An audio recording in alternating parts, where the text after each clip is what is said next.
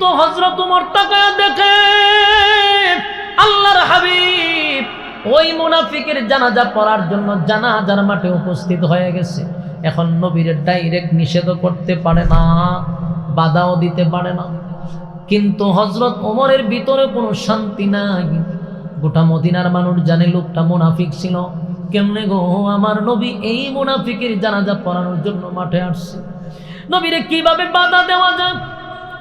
হযরত ওমর কোনো কিছুই তালাশ করে পাচ্ছিল না, পাগলের মতো ঘুরতেছিল। নবী কেন জানাজা পড়াইতে আসলো, ডাইরেক্ট নিষেধ করতে পারতেছি না। হঠাৎ করে হযরত ওমরের মাথায় একটা কোরআনের আয়াত স্মরণ হয়ে গেছে। ওমরের কানে একটা আয়াত স্মরণ হয়ে গেল, সাথে সাথে হযরত ওমর আয়াতটা জুড়ে জুড়ে জুড়ে জুড়ে পড়তেছে।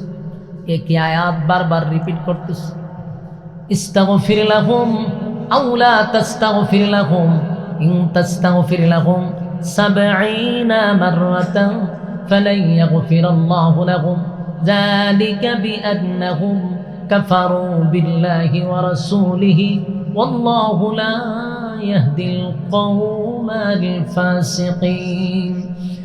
ইস্তাগফির লাহুম আও লা তাস্তাগফির লাহুম, এই আয়াতটা বারবার বারবার বারবার হযরত ওমর বারবার রিপিট করতেছিল। বারবারই যখন রিপিট করে বারবার পড়তেছিল। আল্লাহর নবীর বুঝার বাকি নাই রে। ওমর ডাইনে যায়, বামে যায়, সামনে যায়, পিছনে যায়, আর শুধু এই আয়াতটা জুড়ে জুড়ে পড়ে। কেন পড়ে নবীর বুঝার বাকি নাই। আল্লাহর নবী তখন ডাক দেয়া হয়, ওমর একই আয়াত বারবার কেন রিপিট করতেছ? হযরত ওমর কয়, হুজুর এই আয়াত রিপিট করা ছাড়া তো আমার আর কোনো অপশন নাই। আয়াতের দিকে লক্ষ্য করেন। আল্লাহর নবী কয়, ওমর রে এই আয়াতের মধ্যে কোথাও তো জানাজার নামাজ পড়াবো না এমন কথা তো নাই। এই আয়াতে আছে আমি নবী যদি ৭০ বার দোয়া করি মুনাফিকের জন্য, আমার আল্লাহ বলছে আপনি নবী যদি ৭০ বার মুনাফিকের জন্য দোয়া করেন, আমি আল্লাহ আপনার দোয়া কবুল করব না। চিন্তা করেন মুনাফিক কত নিকৃষ্ট। আল্লাহর নবী হাত তুলতে দেরি, দোয়া কবুল হইতে দেরি নাই, কিন্তু সেই নবীর আল্লাহ কয় আপনি নবীও যদি ৭০ বার দোয়া করেন আমি আপনার দোয়া কবুল করব না, মুনাফিকের জন্য দোয়া করবেন না। চিন্তা করেন মুনাফিক কত খারাপ। সাবধান করে দিলাম, মুনাফিক থেকে সাবধান। মুনাফিক কত খারাপ হইলে আল্লাহ কয় ইস্তাগফির লাহুম আও লা তাস্তাগফির লাহুম ইন তাস্তাগফির লাহুম ৭০ মাররাতান ফালান ইয়াগফিরাল্লাহু লাহুম যালিকা বিআন্নাহুম কাফারু বিল্লাহি ওয়া রাসূলিহি ওয়াল্লাহু লা ইয়াহদিল কওমাল ফাসিকিন। এই সমস্ত মুনাফিকদের জন্য আপনি দোয়া করবেন না। তো এই উমর ইয়া একটা বারবার নবীর শুনাইতেছে, আপনার আল্লাহ এটা কইছে, আপনি যখন জানাজা তাইছেন এটা বুঝাইতে চাইতেছে। উমর তার ডাইরেক্ট কইতে পারে না, ওই আয়াত শুনাইতেছে যেন নবী বুঝতে পারে যে মুনাফিকের জন্য ৭০ বার দোয়া করলে যেখানে দোয়া কবুল হবে না সেখানে আমি আসছি মুনাফিকের জানাজা পড়াইতে। উমর এটাই বুঝাইতে গিয়া বারবার আয়াত পড়তেছে। রাসূল তো বুঝা লাইছে উমর আমারে কি বুঝাইতো চায়। আল্লাহর নবী বলে, উমর আমার মালিক আমারে বলছে যদি ৭০ বার দোয়া করি দোয়া কবুল হবে না, কিন্তু উমর রে আমার আল্লাহ এত দয়া মায়া কেন দিল, এত দয়া মায়া কেন দিল? আল্লাহ বলছে ৭০ বার দোয়া করলেও দোয়া কবুল করবে না, কিন্তু আমি নবীর মনটা চাই ৭০ পার হইয়া যদি ১০০ বার দোয়া করি এরপরে যদি আল্লাহ মাফ করে দেন। সুবহানাল্লাহ। ওমা আরসালনাকা ইল্লা রাহমাতাল লিল আলামিন। আমার নবী দয়ার সাগর, সমস্ত জাতির জন্য রহমত। যেমন বেঈমানের জন্য নবী রহমত, ইমানদারের জন্য রহমত, দুনিয়ার জন্য রহমত, পরকালের জন্য আমার নবী রহমত। সুবহানাল্লাহ।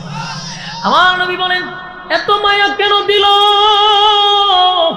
আল্লাহ বলছে ৭০ বার দোয়া করলে দোয়া কবুল হবে না, আমার দিলটা চায় আমি আরো ৩০ বাড়ায়া দেই, এরপরও যদি আল্লাহ কবুল কইরা লয়। কিন্তু নবীর সামনে ওমর বারবার রিপিট করার পরেও নবীর সিদ্ধান্ত হলো মুনাফিকের জানাজা নবী পড়াবে। কিন্তু হযরত ওমর আসমানের দিকে তাকায় হয়, মালিক বরদাস্ত করতে পারি না, যেই মুনাফিক আমার নবীর বিরোধিতা করলো, যেই মুনাফিক ইসলামের ক্ষতি করলো, যেই মুনাফিকের চক্রান্তের কারণে বহু সাহাবীরা শাহাদাত বরণ করলো, সেই মুনাফিকের জানাজা আমার নবী কেমনে পড়ায়? আমার যুবক ভাইরা, গোটা জানাজার মাঠে সাহাবায়ে কেরাম নবীর সামনে গিয়া কথা বলতে পারে না। কেমনে গিয়া বলবে যে নবী জানাজা পড়ায়েন না? এই কথা তার বলতে পারে না। কিন্তু উমরের সাহস বেশি, এই জন্য উমর যেহেতু রিপিট করতে যায় আয়াত, বারবার একই আয়াত, বারবার একই আয়াত, নবীর বুঝার বাকি নাই, উমর আমারে বুঝাইতে চায়। আমার যুবক ভাইরা, সাহাবায়ে কেরাম জানে যে মারা গেছে সে মুনাফিক, কিন্তু নবী পড়াবে, এখানে কথা বলা যায় না। কিন্তু আশ্চর্যের ব্যাপার হলো, গোটা জানাজার মধ্যে আমার নবী একটা আশ্চর্য ঘটনা ঘটায়া দিছে। আশ্চর্য ঘটনা হলো, উপস্থিত সকল মানুষ যখন জানাজার মাঠে আসছে জানাজা পড়ার জন্য, আরেকটা কথা আপনারা বলতে আমার স্মরণ নাই, এই জানাজার মাঠে 1000 মুনাফিক আসছে। কয় হাজার? এরা কিন্তু জানাজা পড়তে আসে নাই, এরা আসছিল জানাজা দেখার জন্য। কেন দেখার জন্য? কারণ তাদের লিডারের জানাজা চলতেছে। এদের কথা হলো, আমাদের নেতার জানাজা আব্দুল্লাহর পুত্র মোহাম্মদ পড়াবে। সারা জীবন যার বিরোধিতা করলাম, সারা জীবন যার ক্ষতি করলাম, সেই নেতার জানাজা মোহাম্মদ পড়াবে, তাহলে জানাজা দেখা দরকার। দেখার জন্য আসছে রে। আল্লাহর হাবিব জানাজার মাঠে একটা আশ্চর্য ঘটনা ঘটায়া দিল। হঠাৎ করে আল্লাহর হাবিব নিজের জুব্বাটা খুইলা, এই জুব্বাটা খুলে নবীজি ওই আব্দুল্লাহ ইবনে উবাই ইবনে সুলুল মুনাফিক, তার শরীরে নবীর জুব্বাটা কাপন স্বরূপ পড়ায়া দিছে। সুবহানাল্লাহ থাকলে বলতে পারবেন? আমার যুবক ভাইয়েরা, নবীর জুব্বা কিন্তু সাধারণ কথা না। বহু সাহাবী হইয়া নবীর জুব্বা পায় নাই। হযরত বেলাল ইসলামের জন্য কত কষ্ট করলো, খাব্বাব কষ্ট করলো, আবু বকর ওমর নবীর কাছের লোক ছিল, কিন্তু নবীর জুব্বা পায় নাই। কথা কি বুঝতেছেন? নবীর জুব্বা পায় নাই, কিন্তু একটা টাটকা মুনাফিক হইয়া আমার নবীর জুব্বা তারে ভরায়া দিছে রে। এই দৃশ্য দেখার পরে উপস্থিত যত সাহাবায়ে কেরাম ছিল, এই দৃশ্য দেখা জানাজার মাঠে পইরা ঘুইরাইয়া কান্না শুরু করছে, আর চিৎকার দিয়া বলে, নবীর সাহাবী হইয়া গো, নবীর জুব্বা পাইলাম না, নবীর জুব্বা পাইলাম না। নবীর জন্য জীবন দিতে প্রস্তুত, কিন্তু নবীর জুব্বা নসিবে জুটল না। একটা টাটকা মুনাফিক হইয়া আমার নবীর দামি জুব্বা তার শরীরে লাগছে। সাহাবায়ে কেরাম কান্না শুরু করছে।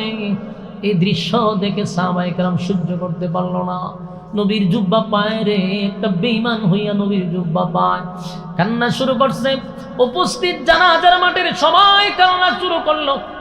কেউ আর নবীর জিজ্ঞাসা করতে পারে না, নবী গো, এত বড় মুনাফিক রে যে আপনি জুব্বা দিলেন, কে জিগাইব, কে বলবে? বেয়াদবি হবে, নবীর সামনে কেউ কথা বলে না, কিন্তু কান্না শুরু করছে। নবী বিষয়টা বুঝতে পারছে। এই বেঈমানদের জুব্বা পরানোর কারণে সাহাবীদের মনে একটা কষ্ট।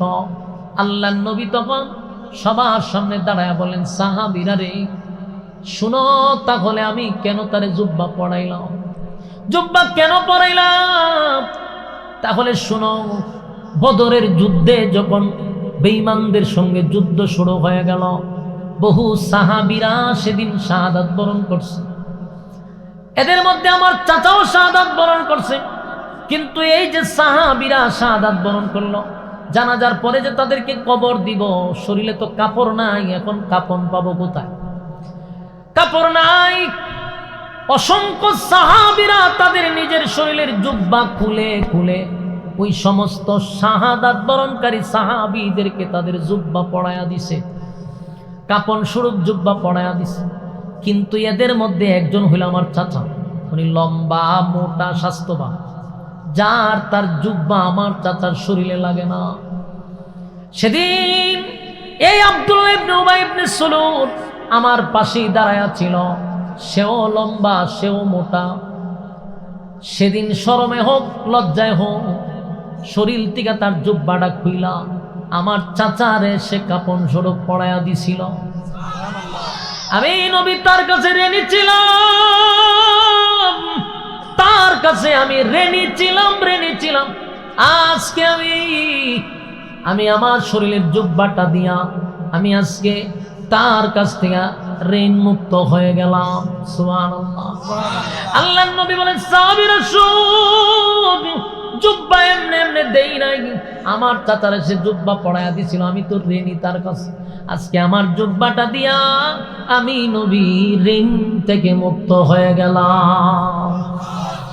সাহাবায়ে কেরাম এবার বুঝতে পারছে। কিন্তু এই দৃশ্যটা, এই ঘটনাটা উপস্থিত 1000 মুনাফিকরা দেখছে। বলুন, তারা কি জানাজা পড়তে আসছে না দেখতে আসছে? 1000 মুনাফিক জানাজা দেখার জন্য যে আসছিল, তারা যখন এই দৃশ্যটা দেখছে, তাদের মধ্যে বলাবলি করতে লাগলো, হাই রে, কার বিরোধিতা জীবনভর করলাম। তাকায়া দেখ, আমাদের নেতাকে মোহাম্মদ নিজের জুব্বা পড়ায়া দেয় রে। তাহলে তাকা, একটা দুশ্মনের প্রতি মোহাম্মদের কত মায়া আর ভালোবাসা। দুশ্মনের প্রতি যদি এত মায়া হয়, আমাদের নেতারে নিজের জুব্বাটা পড়ায়া দিছে। নেতার জানাজা পড়ার জন্য মোহাম্মদ এই জানাজার মাঠে দাঁড়াইছে, অথচ আমরা জীবনভর তার বিরোধিতা করলাম, ইসলামের ক্ষতি করলাম, ইসলামের 12টা বাজাইলাম। আজকে আমাদের নেতার প্রতি যদি মোহাম্মদের এত মায়া হয়, তাহলে আমরা যদি তার বন্ধু হয়ে যাই, আমাদের প্রতি মোহাম্মদের কত মায়া। দুশ্মনের প্রতি যদি এত মায়া, দুশ্মনের প্রতি মোহাম্মদের যে মহব্বত আর ভালোবাসা, তাহলে মোহাম্মদের বন্ধু যদি আমরা হয়ে যেতে পারি, তার কত ভালোবাসা পাবো। 1000 মুনাফিক সিদ্ধান্ত নিল, আমরা অনর্থক জীবনভর লিডারের কথা শুনে বিরোধিতা করছি। আজকে দেখ, তার চরিত্র দেখে আমরা পাগল হয়ে গেছি। নবীর চরিত্র আর আখলাক দেখে তারা পাগল হয়ে গেছে রে। কারণ আমার নবীর চরিত্রটা ছিল আযীম। সুবহানাল্লাহ। ওয়া ইন্নাকা লা'আলা খুলুকিন আযীম।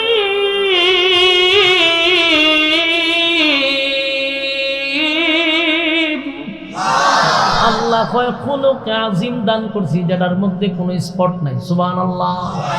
আমার নবীর চরিত্র আযীম চরিত্র। আল্লাহ কয় বন্ধুরে আযীম চরিত্র দিয়া পাঠাইছি। একবার যে নবীর চরিত্র দেখছে রে, পাগল হয়ে গেছে। 1000 মুনাফিক সিদ্ধান্ত নিয়েই ফেলছে। 1000 মুনাফিক আমার নবীর চরিত্র দেখে সিদ্ধান্ত নিছে, আর কোনোদিন ইসলামের বিরোধিতা করব না, আর কোনোদিন ইসলামের বিরোধিতা করব না, নবীর বিরোধিতা করব না। আজকের থেকে আমরা তার বন্ধু হতে চাই। দৌড়াইয়া নবীর কাছে গিয়া কয়, নবী গো, যার জানাজা আপনি পড়াইতে রাজি হয়েছে, এটা ছিল আমাদের লিডার, আমাদের নেতা, যার পরামর্শে আপনি নবীর ক্ষতি করলাম, যার পরামর্শে ইসলামের 12টা আমরা বাজাইলাম। আজকে সেই নেতার জানাজা পড়তে আপনারা আসছেন। আপনার এই আখলাক, আপনার এই চরিত্র দেখে ওগো নবীজি আমরা বুঝতে পারছি, যা করছি অন্যায় করছি, অপরাধ করছি। আজকের থেকে আমরা আপনার বন্ধু হতে চাই। পড়ায়া দেন লা ইলাহা ইল্লাল্লাহু মুহাম্মাদুর রাসূলুল্লাহ সাল্লাল্লাহু আলাইহি ওয়াসাল্লাম। আমি যে আয়াত আপনাদের সামনে তেলাওয়াত করছি, সূরাটার নাম হইল সূরা নিসা, আর আয়াত নাম্বার হইল 65। বলুন, সূরার নাম কি? আয়াত নাম্বার 65। এই সূরার নামটাও স্মরণ রাখবেন, আয়াত নাম্বারটাও স্মরণ রাখবেন। কারণ আমি বয়ানের শেষে আবার জিজ্ঞাসা করব, যদি এক বাক্যে সবাই বলতে পারবেন তাহলে বুঝবো যে এরা মনোযোগ দিয়ে ওয়াজ শুনছে। এই জন্য সূরার নাম সূরা নিসা, আয়াত নাম্বার। মাশাআল্লাহ। তো এই আয়াতটা যে আমি তেলাওয়াত করছি, কেন নাজিল হলো, নাজিলের কারণটা কি, কোন প্রেক্ষাপটে, কোন ঘটনাকে কেন্দ্র করে আল্লাহ আয়াতটা নাজিল করছে, আমরা নাজিলের কারণটা আগে জানব। এটাকে তাফসিরের ভাষায় বলা হয় শানে নজুল, মানে নাজিলের কারণ। কোরআনে আয়াত অথবা সূরা নাজিল যে হইছে, তিনটা কারণে। এক, কোনো ঘটনাকে কেন্দ্র করে। দুই, কোনো প্রশ্নের উত্তরে। তিন, কোনো সমস্যার সমাধানে। এই তিনটাকে কেন্দ্র করে আল্লাহ কোরআন নাযিল করছে। তো আমি যে তেলাওয়াত করছি যে আয়াত, এটা একটা ঘটনারে কেন্দ্র করে। এই ঘটনাটা আমরা মনোযোগ দিয়ে শুনবো এবং শেষে আমি জিজ্ঞাসা করব কোন আয়াত পড়ছি, আপনারা সূরার নাম বলবেন, কোন আয়াত নাম্বার কত আপনারা বলবেন ইনশাআল্লাহ। ঘটনাটা হইল মক্কা মদিনাতে যখন রাসূল সাল্লাল্লাহু আলাইহি সাল্লাম দেশের রাষ্ট্রনায়ক ছিল। বলুন রাসূল কি ছিল? এটি জানেননি? আমরা দেশের অনেক নবীর উম্মতরা জানেই না যে নবী দেশের প্রেসিডেন্ট ছিল। 100% অনেক মুসল্লি জানে না নবী যে দেশের প্রেসিডেন্ট ছিল, আমরা অনেকেই জানি না। এটা আমাদের দুর্ভাগ্য। কারণ আমরা কেন জানি না? আমাদেরকে এগুলো জানায় না কেন? আমাদেরকে একটা ট্যাগ লাগাই দিছে যে হুজুর রাজনীতি কোনো আলোচনা করবেন না। কারণ রাজনীতি ভালো মানুষে করে না, এরা স্বীকার করে ভালো মানুষে করে না। তাহলে করে কেটা? হুজুর সুর বাট করে। তে আপনার হুজুর রাখে রাজনীতি করতে। চিন্তা করেন, রাজনীতি ছিল ভালো মানুষের হাতে, এই রাজনীতির নিচে সুর বাটপারের কাছে নিয়ে এখন ভালো মানুষটা করে রাজনীতি আমরা করতেন না, রাজনীতি করে সুর বাটপারে। যার কারণে বিগত 16 বছর আমরা ওয়াজ করতে গেলে রাজনীতিক নিয়ে, রাষ্ট্র কিভাবে ইসলাম পরিচালনা করছে এই বিষয়ে আলোচনা করণই গেছেন। করলে কতগুলো সুৎকুর আর ঘুষকুর ডাইনাবামে বসায় রাখতো, এরা কত হুজুর রাজনীতি আলোচনা করে না। মানে আমার প্রশ্ন হলো, এটা ধর্মীয় অনুষ্ঠান, বক্তা দাওয়াত দিছে আমাদের ধর্মীয় আলোচনা করব। এখানে একটা আলোচনা করতে গেলে এটা শাখা প্রশাখা এক্সাম্পল বিভিন্ন দৃষ্টান্ত দিয়ে একটা আলোচনা করার নামই হলো বক্তা কারে হয়। বিভিন্ন কথারে সুন্দর করে সাজাইয়া মানুষের সামনে উপস্থাপন করাটাকে তো বক্তা বলা হবে। আপনি যদি আমার চতুর্দিকে গুছায়া না আনতে দেন আর যদি উনি আলোচনা করেন না, তাহলে তো আমি বক্তা না। এই বিষয়গুলো আমাদের বোঝা দরকার। তো রাসূল আরবি সাল্লাল্লাহু আলাইহি সাল্লাম দেশের রাষ্ট্রনায়ক ছিল, এটা আমাদের উম্মত হিসাবে জানা দরকার। আমরা জানি কি জানেননি? জানি নবীর পেটে পাত্তর ছিল, জানি নবীর শরীরে তালিযুক্ত জামা ছিল, নবী গরিব ছিল। এই হলো আমাদের ওয়াজ। আমাদের মতো অনেক হুজুররা এই ওয়াজ করতে করতে মানুষটি এত অবস্থা করাইছে যে এখন মানুষ মনে করে ইসলাম মানেই হলো গরিব, ইসলাম মানেই হলো পেটে পাত্তর, ইসলাম মানেই হলো দরিদ্র। এই জায়গাটাতে নিচে একটা মহল যারা বর্তমানে এখন সাকসেস, মানে এই মিশনে তারা সাকসেস হয়েছে যে মানুষকে আমরা এটা বুঝাইতে পারছি যে ইসলাম মানেই গরিব, ইসলাম মানেই হলো গরিব। আর হুজুর মানে হলো মসজিদ মাদ্রাসা। আমরা মইরা লাগা জানাজা কারো বাড়িতে মিলা দিলে হুজুর খারাপ থাকবে, হুজুর এই পর্যন্ত, হুজুর এর উপরে যেতে না। কোথায় নিয়ে রাখছে আলেমদেরকে রাখার কথা ছিল কোথায়, আর আলেমদেরকে কোথায় রাখছে? এখন হুজুর মনেই করে মানুষ হুজুর মানে থাকবো মসজিদের ভিতরে, হুজুর থাকবো মাদ্রাসা, আর কেউ মরে গেলে থাকবো জানাজা। আবার 40-এর দিন যদি কোনো ফরানি হয় হুজুর আবার কেন থাকবো, কেউ বিয়া করলে আবার বিয়া করাই দিব, সব কেন হুজুর।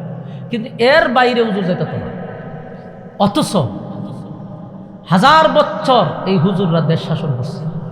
কথা বুঝতেছেন?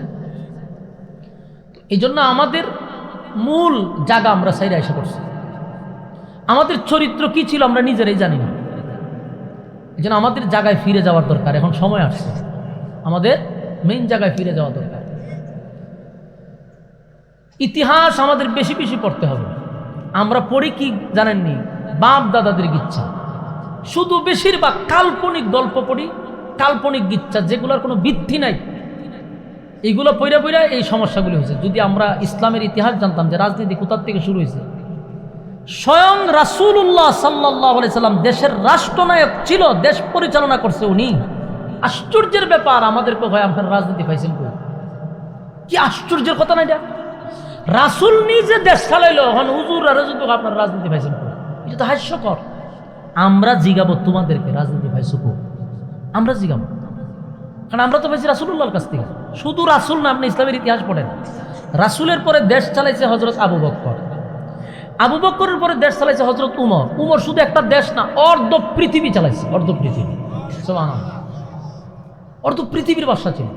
এরপরে উসমান রাদিয়াল্লাহু তাআলা দেশ চালাইছে, আলী রাদিয়াল্লাহু তাআলা দেশ চালাইছে, আলীর ছেলে উনি দেশ চালাইছে, মুআবিয়া দেশ চালাইছে। একের পর এক সাহাবায়ে কেরাম দেশের প্রধান ছিল। আর সেই হুজুরদেরকে আমাদেরকে বলা হয় রাজনীতি পাইছেন। আফসোস, আমারে কয় না, দুঃখের বিষয় হলো আমারে ধরে না তো কেউ।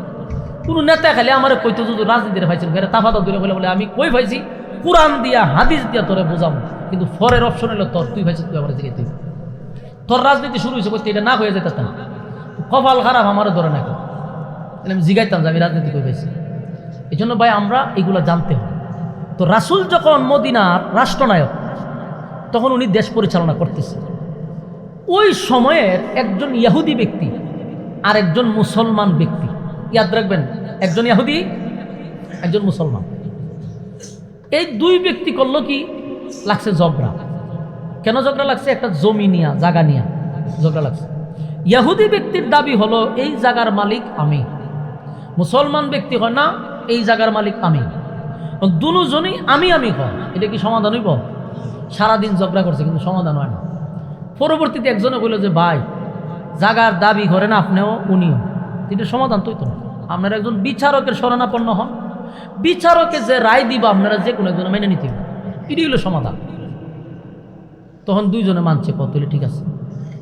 বিচারককে এই দুইজনের সিদ্ধান্ত নিল, বিচারক আমরা কারে নির্বাচন করব।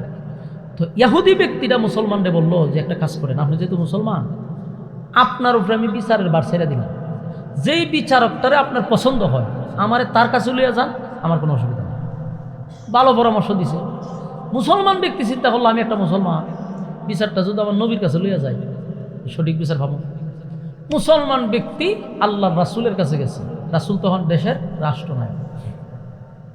গিয়া বলে হুজুর আমরা একটা বিচার নিয়ে আসছি, বেশ কয়েকদিন ধরে আমরা ঝগড়া করতেছি কিন্তু কোনো মীমাংসা নেই। জায়গাটার মালিক আমার বাপদাদার আমল থেকে এটা আমি বুক করে খাইতেছি। ইহুদি ব্যক্তি হয় এটা বলে হের জমি, মানে ইহুদি ব্যক্তি হয় না হুজুর আমার বাপদাদা না পূর্বপুরুষ থেকে জায়গা দখল করে রাখছে, আপনার মুসলমান ব্যক্তিটা তার দাবি করে। এখন আল্লাহর রাসূলের কাছে বিচার লইয়া গেছে, রাসূলের বিচারটা কি আমাদের মতো 16 বছরের বিচার? কথা কই না দি, আমরা বাংলাদেশের বিচার নেই। বাংলাদেশের বিচার হইলো 17 বছরের মাইয়ারে 21 বছর বানাইলাম, 50,000 টাকারে 50 কোটি বানাইলাম, এটা আমরা বাংলাদেশের বিচার। তো এই সমস্ত বিচার 16 বছর হয়েছে। কয় বছর? 16 বছর। এটা তো রাসূলের বিচার, শরিয়ার বিচার। এই বিচার তো আর আমাদের মন গড়া বিচার নয়, ইনসাফের বিচার। আল্লাহ রাসূলকে আর এখানে দল দেখবো যে আমার মুসলমান ব্যক্তিরা যেহেতু আমার দলের, আমি তার বিচারের রায় দিয়ে দিই। এটা তো সঠিক বিচারের মাধ্যমে সিদ্ধান্ত হবে কে রায় পাবে। রাসূল করলো কি, একটা তদন্ত কমিটি তৈরি করছে, মানে এটার মূল গুড়া কোথার থেকে আসছে, জায়গার মালিক কে, এইগুলা গোয়েন্দা লাগাইছে, যাও তোমরা কে খবর লো। তদন্ত করতে করতে করতে করতে মূল জায়গা বাইরে আসছে যে এই জায়গার মূল মালিক হলো ইহুদি ব্যক্তি। বলুন এই জায়গার মূল মালিক কে? মুসলমান ব্যক্তিটা শুধু জোর দেখাইয়া দাবি করছে, কারণ ক্ষমতা মুসলমান না, তো মুসলমানের নবী হলো রাষ্ট্রনায়ক, একটা পাওয়ার আছে না। কথা দেখুন না আপনারা, আমার এই আলোচনাগুলো কিন্তু আপনারা এখানে অনেকের অ্যালার্জি শুরু হবে। কথা বুঝছেন? সব জায়গা খাজ্জানি এটা কিন্তু অনেকে পছন্দ করে না। তো এই আলোচনা যে আপনার কাছে ভালো লাগতেছে না দুই একজনের কাছে, আমি কিন্তু প্রথম বসে বুঝে লাগছি, মানে বুঝে না যে আমি বুঝি না, আমি সারাটা দেশ খাই অভ্যস্ত। ছোটো মানুষ এই বডি কমার ছোটো, কিন্তু সারাটা দেশ আমি খাইলিছি। তো আপনার পছন্দ লাগুক বা না লাগুক, কিন্তু আমি কোরআনের ভিতরেই ওয়াজ করতেছি। আমার আপনি ধরবেন কেমন? কারণ এটা শানে নজরুল নাজিল হওয়ার মূল ঘটনা বলতেছি। আপনি যতই রাজনীতি তুফান লাভ হইতো না, মনোযোগ দিয়ে শোনেন। এখন ইহুদি ব্যক্তির মূল জায়গার মালিক হলো ইহুদি। মুসলমানরা কেন দাবি করলো? এটা হলো একটা পাওয়ার। পাওয়ারটা কেন? উপরে আমার নেতা আছে। কথা বুঝতেছে? এই নেতাগিরি করতে করতে কিন্তু আমরা বিচারে 12টা বাজছে। 16 বছর এই একই ঘটনা করছে, কারণ উপরে আমার নেতা আছে। আমি মানুষ কোন করুম, আমি দর্শন করুম, আমি টাকা পাচার করুম, বিচার করবো কে? উপরে তো আমার নেতা আছে। এখন রাসূল আরবি সাল্লাল্লাহু আলাইহি সাল্লাম দেশের রাষ্ট্রনায়ক। মুসলমান ব্যক্তিরা চিন্তা করলো আমি যদি জায়গার দাবি করিও, রাসূল তো আমার নবী, দেশের রাষ্ট্রনায়ক, বিচার তো আমার দ্বারাই আসবে। কিন্তু তদন্ত করে দেখা যায় এই জায়গার মূল মালিক ইহুদি। রাসূল বলেন, এই বেড়া, জায়গার মালিক হইল ইহুদি, তুই দাবি করলি কা? বিচারের রায় হয়েছে ইহুদি ব্যক্তি। রাসূল বলি জায়গা তোমার, তুমি লইয়া যাও। বেচারা খুব খুশি, ইহুদি ব্যক্তি মনে খুশি নিয়া যে যাক ঝগড়া কইরা সারাটা দিন ধ্বংস হইল, বিচারটা আমি ন্যায় বিচার পাইছি। ইহুদি ব্যক্তি খুশি ছুটে বাড়িতে গেছে। কিন্তু মুসলমান ব্যক্তিটার মনটা খারাপ, বড় আশা লই আইছি যে জায়গাটা যেভাবেই হোক প্রায় আমার উপরে আইব, আমি একটা ব্যবস্থা করলাম। কিন্তু ঘটনাটা ঘটলো কি, রাইফেল লইয়া হতো। এখন দেখেনি মুসলমান ব্যক্তি করছে কি, রাসূলের কাছ থেকে গেছে গিয়া রাস্তার মধ্যে আবার ইহুদিরা আটকাইছে। আটকায় এখন যাসকো কমাইডে কি কথা, বিচার পাইছি আমি, রায় পাইছি আমি তো বাড়িতে যাবো, জায়গাতে আমি পাইলিছি। মুসলমান ব্যক্তিরা এখন না না না অত সোজা না, এই জায়গা আমি তোরে দিব না। চিন্তা করতেছেন বিষয়টা। ইহুদি ব্যক্তি হয় ভাই বিচার দিয়ে আপনি নির্বাচন করলেন, বিচারের রায় ফাইলাম আমি, রাস্তার মধ্যে আপনি সন্ত্রাসী কায়দা এখন জায়গা আপনি দিবেন না, এটা কোন বিচার? মুসলমান ব্যক্তিরা ভাই আমার বিচার পছন্দ হয়েছে না, আমি বিচার মানি না। আপনারা যদি বুঝা থাকেন ওয়াজ, তাহলে কেন নাউজুবিল্লাহ হইতে পারে। আপনারা ওয়াজ বুঝেন না, এটা হলো প্রমাণ। বিচারটা করে দিছে কে? তা আল্লাহ রাসূল বিচার করছে, এখন পছন্দ হয়েছে না, এনে কি তৈব সুবহানাল্লাহ লইব, এটাতে কইতেইব। তো রাসূল সাল্লাল্লাহু আলাইহি সাল্লাম যেখানে বিচারটা কইরা দিল, এই মুসলমান ব্যক্তিটা কয় নবীর বিচার পছন্দ হয়েছে না, এর কত বড় কলিজা। ইহুদি ব্যক্তি কয় মিয়া আপনার নবী বিচার কইরা দিল, রায় দিল আমারে, আপনি মাইজ রাস্তাটাই আমারে সন্ত্রাসী কায়দায় আটকাইলেন, এটা আপনি তো অতিরিক্ত করতেছেন। এখন অতিরিক্ত করতেছে, আমি বিচার মানি না। এটার হয় জোর যার মূল্য, মানে এর কত হইলে আমার ক্ষমতা বেশি। ইহুদি ব্যক্তি চিন্তা করলো এই লোকের সাথে এখন কুস্তাকুস্তি করলে পারতাম না, এর সাথে মারামারি করলে পারতাম না, এর পাওয়ার বেশি। ইহুদি নরম হয়ে গেছে, নরম হয়ে গেলো ভাই আপনি কি চান, উদ্দেশ্য কি আপনার বলছেন? ওই বিচারটা আমার পছন্দ হয়েছে না, যেহেতু আমি এটা সানি বিচার করব, মানে এটা আবার দ্বিতীয়বার বিচার আমি আবার করব, আমি আরেক জায়গায় যেমন বিচার নেব। ইহুদি ব্যক্তি চিন্তা করতেছে যে আমি যদিও একজন ইহুদি, কিন্তু আমার ইয়াকিন আছে, বিশ্বাস আছে, বিচারটা যদি মুসলমান ব্যক্তি করে তাহলে বিচার আমি পাবো। সুবহানাল্লাহ কইতে পারেন আপনারা? এটি কোন সময় কোন ঠাডা করলে, আমি তো এলাকার সিস্টেম জানি না, তুই এটা যদি জায়গা মতো না হইতে পারেন তো কেন বুঝতাম? বিষয়টা বোঝার চেষ্টা করি। একটা ইহুদি লোকের ভিতরের অবস্থা দেখছে, একই কি যে আমার বিশ্বাস আছে মুসলমান বিচার করলে আমি রায় পাবো, কিন্তু এই মুসলমান ব্যক্তিটা আমার নবীর বিচার পছন্দ হয়েছে না। কিন্তু ইহুদি ব্যক্তি কয় মুসলমানের বিচারটাই হলো সঠিক বিচার, যার কাছে লইয়া যাস কোনো অসুবিধা নাই, আমি রাজি। ইহুদি ব্যক্তি বলল ভাই আগের বিচারের দায়িত্ব দিছি আপনারে, এখনের বিচারকের দায়িত্ব আপনারাতে ছেড়ে দিছি, যারে পছন্দ হয় আমার তার কাছে লইয়া যান। এই মুসলমান ব্যক্তিরা হলো চলো আমার একজন বিচারক পছন্দ আছে, দুজনে মিল্লা গেছে বিচারকের বাড়ি গিয়া দেহে হযরত উমর বসা, উমর কাছে কাছে বিচার লইয়া। ইহুদি ব্যক্তি মনে হয় এখন জাগা মত আইছে রে, তখন হযরত উমর বসা। মুসলমান ব্যক্তিরা কে হুজুর আইসে একটা বিচার লই আপনার কাছে। কি বিচার? এই যে ইহুদি ব্যক্তিরা হুজুর আমার পূর্বপুরুষ থেকে যেই জায়গা দখল করে আমরা আছি সেই জায়গার মালিকানা দাবি করতেছে ইহুদি ব্যক্তি, আমার জায়গা লইয়া জায়গা জোর করে। ইহুদি ব্যক্তিরা কয় হুজুর আমার একটা কথা আছে, বিচার তো আপনি করবেন, একটা কথা আছে, বিচার যে আপনি করবেন এটা কিন্তু প্রথম বিচার না। তো হযরত উমর জিগায় এটা কয় নম্বর বিচার? বলে এটা 2 নম্বর বিচার। তো প্রথম বিচার করছে কে? আপনার নবী মুহাম্মদুর রাসূলুল্লাহ সাল্লাল্লাহু আলাইহি সাল্লাম উনি বিচার কইরা রায় আমারে দিছে। আপনার মুসলমান ব্যক্তিরা রাস্তার মধ্যে গিয়া কয় আপনার নবীর বিচার বলে তার পছন্দ হইছে না। যেই খালি কথা কইছে হযরত উমর আসিন বসা, লাভ দিয়া দাঁড়ায় গেছে। উমরের চেহারার রং পরিবর্তন হয়ে গেছে, পশম দিয়া ঘাম বাহির হয়ে গেছে। হযরত উমর খেপা অবস্থা। মুসলমান ব্যক্তিরা জিজ্ঞাসা করলো কিরে ঘটনা কি সত্য? জি হুজুর ঘটনা সত্য। আমার নবী যে বিচার করে দিছে তোর পছন্দ হয়েছে না? না। তা আমি বিচার করে দিলে তোর পছন্দ হইব? বলে জি পছন্দ হইব। তুই লরিস না কেন, খালি থাক। হযরত উমর গেছে ঘরের ভিতরে গিয়া লম্বা একটা তরবারি লইছে, তরবারিটা লইয়া 2 জনের মাঝখানে দাঁড়াইছে। দাঁড়াইয়া বলল যে আজকে যদি এই কথাটা ইহুদি ব্যক্তি আমার কাছে বলতো আমার মনে কোনো কষ্ট ছিল না, আমি মাইনা নিতাম। কারণ একজন ইহুদির কাছে আমার নবীর বিচার পছন্দ হবে না, এটা স্বাভাবিক। একজন বিধর্মীর কাছে আমার নবীর বিচার পছন্দ হবে না, আমার ইসলামের আইন পছন্দ হবে না, শরিয়া পছন্দ হবে না, এটা স্বাভাবিক।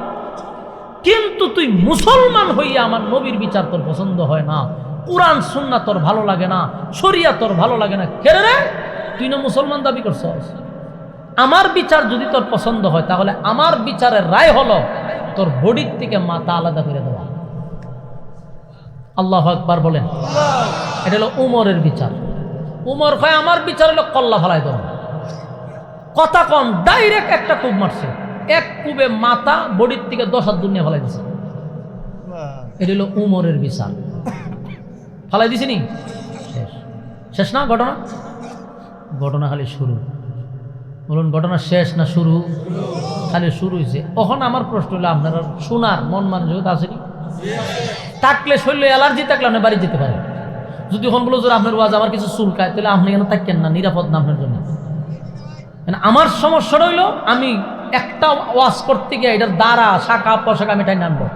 এতটুকু ধৈর্য যদি আপনার থাকে বাকি আলোচনা শুনতে পারবেন। কারণ আমার এমন না যে আপনারা এখানে ওয়াজ করলে আরেকবার একটা ওয়াজের লেগে আমি ওয়াজ করব, এই স্বপ্ন আমার নাই। কারণ আমার এখানে আসারও দরকার পড়ে না। সারা বাংলাদেশে আমি ওয়াজ দিয়ে আমি শেষ করতে পারি না, তো আমার এখানে আসা। আমার উদ্দেশ্য ছিল হক কথা, যেটা জাতির কান পর্যন্ত পৌঁছায় দেওয়া। এখন আপনি মনোযোগ দিয়ে শুনেন, যদি ভালো লাগে মনোযোগ দিয়ে শুনেন। ঘটনা এখানে শেষ হওয়ার কথা, কিন্তু ঘটনা শেষ হয় না, এখান থেকে খালি শুরু হয়েছে। উমর তো তারা হত্যা করে ফেলেছে, তো শেষ। উমরে যখন তারা হত্যা করছে, ইয়াহুদি ব্যক্তি দৃশ্য দিকে জাগাত প্রস্রাব করে দিছে। হযরত উমর তাকায়া দেখে হের হাডু মাডু কাঁপতেছে, এ প্রস্রাব করেছে। উমরে যে তুই কাপস কেন, আপনি কি এখন আমার সাইজ করবেন? হযরত উমর, আমি তো সাইজ করতাম না, কারণ তোর বিচারটা আমার নবী করে দিছে। নবী যেখানে রায় দিছে, আমি উমরের ক্ষমতা নাই সেই বিচারে হাত দেওয়া। আল্লাহ নবীর সিদ্ধান্তই তো চূড়ান্ত সিদ্ধান্ত, সেখানে আমি সিদ্ধান্ত নেওয়ার কে? নবী বিচার করছে, এটাই ফাইনাল। ইহুদিরে বললো তোর জায়গা লইয়া তুই যা। ইহুদি দৌড়ে আর কয় সর্বনাশ, ওহন গিয়া বিচার হয়েছে, ওহন বিচার হয়েছে। তোর আগের বিচার পছন্দ হয়েছে না, কল্লা দিয়া বিচার ফাইনাল করছে হযরত উমর। ঘটনা তো শেষ, কিন্তু ঘটনাটা হইল কি? হযরত উমরের ঘটনা হইল কি? হত্যা তো করে ফেলাইছে। যারে হত্যা করছে তার আত্মীয় স্বজন আছে, ভাই বারাদার আছে, তার গোষ্ঠী আছে না, এই গোষ্ঠীর লোকেরা খবর পাইছে আমরা বাইরে মেরে গেছি। এরা সবাই আসছে, আইসা দেহে বাইয়ের বডি একখানো, বাইয়ের মাথা একখানো। এই দৃশ্য দেখলে কি আত্মীয় স্বজনের মাথা ঠিক থাকবো? এরকম সব্যনাশ কামড়া করলো, এটা উমরে করছে। তো উমরের সামনে আর কোনো কথা টথা করছে না, লাশ লইয়া দৌড়ে উঠে গেছে। গিয়ে হেরা করছে কি দেখেন, লাশ রাখিয়া সুন্দরভাবে রাসূলের সামনে গিয়ে পড়ছে। রাসূলের সামনে গিয়া কয়, হুজুর আমরা একটা বিষয় জানতে আসছি। কি বিষয়? আচ্ছা হুজুর, মনে করেন আমার একটা বিচার পছন্দ হয়েছে না। খুব মনোযোগ দিয়ে শুনেন, কত মাথা পাতলা চিন্তা করে, কি পরিমাণ এদের ব্রেন। আগে বিষয়টা জানছে কিভাবে? রাসূলের কাছে গিয়ে, হুজুর মনে করেন আমার একটা বিচার পছন্দ হয়েছে না। আচ্ছা এই বিচারটা যদি মনে হয় আরেকটা বিচারকের কাছে লইয়া যান, এটা কি কোনো অপরাধ হুজুর? রাসূল কয় না, এটা তো কোনো অপরাধের কথা না। আচ্ছা হুজুর, কুরআন শরীফে এমন কোনো আয়াত নাজিল হয়েছে নি যে বিচার আরেক জায়গা লইয়া যাওয়া যাবে না? রাসূল কয় না, এমন কোনো আয়াত নাজিল হয়েছে না। কত হুজুর আপনার পক্ষ থেকে কোনো বাধা আছে? কোনো আমার পক্ষ থেকে কোনো বাধা নেই, বিচার পছন্দ হয়েছে না, তুমি 10 কেন দাও? ইসলামে তো এমন কোনো নিয়ম নাই যে তুমি আরেকজনের দ্বারা বিচার লইয়া যেতে পারবে না।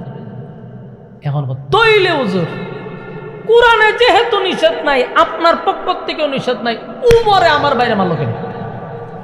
যদি কোরআনে নিষেধ না থাকে, আপনার পক্ষ থেকেও নিষেধ নাই, আমার বাইরে হযরত উমরে কেন হত্যা করলো? নিষ্পাপ বাইরে আমার হত্যা করিস। লাগাইছিনি দরবার, দরবার লাগাইছি। আমার নিষ্পাপ বাইরে হযরত উমর হত্যা করছে। হুজুর আমার বাইরের কোনো অপরাধ নাই, বিচার পছন্দ হয়েছে না, গেছিল উমরের কাছে একটা বিচার লইয়া, এই কারণে কি আমার বাইরে উমরে হত্যা করতে পারে? রাসূল বলেন না, এটা তো মারাত্মক অপরাধ। এখন লাগাইছে দরবার। এরা করছে কি, রাসূলের দরবারে গিয়ে উমর নামে হত্যা মামলা দিয়ে দিছে। কি মামলা? আপনারা নীরবতায় বোঝা যায় এটা বাংলাদেশের হত্যা মামলা। এটা ভাববেন না, এটা শরিয়া আইন অনুযায়ী হত্যা মামলা। হত্যার বদলা কি? হ্যাঁ, ইসলামিক আইন অনুযায়ী হত্যার বদলা। আর আমরা বাংলাদেশও 12টা কোন করেন, কোনো অসুবিধা নেই, 50টা জরিমানা, 2 মাস জেল।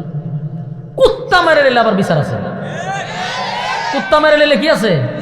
বাংলাদেশে কুত্তা মারলে 24 ঘন্টার ভিতরে গ্রেফতার, কিন্তু মানুষ মেরে লেছে না, হলো খুনি তুকায় বানা। এই হলো তাল বাহানার বাংলাদেশ। প্রশাসন আজকে মাসের পর মাস এখন পর্যন্ত খুনি বাইর করতে পারে না, কিন্তু কুত্তাকে মারছে এই মহিলারা ধরে নিয়েছে। বোঝা গেল এদেশে মানুষের চেয়ে কুত্তার দাম বেশি। চিন্তা করছেন বিষয়, আমরা কোন জগতে বাস করি ভাই? এটা কিন্তু বাস্তব কথা। মানুষ মাইরা লাইতেছে, কোনো খুনি ধরতে পারে না।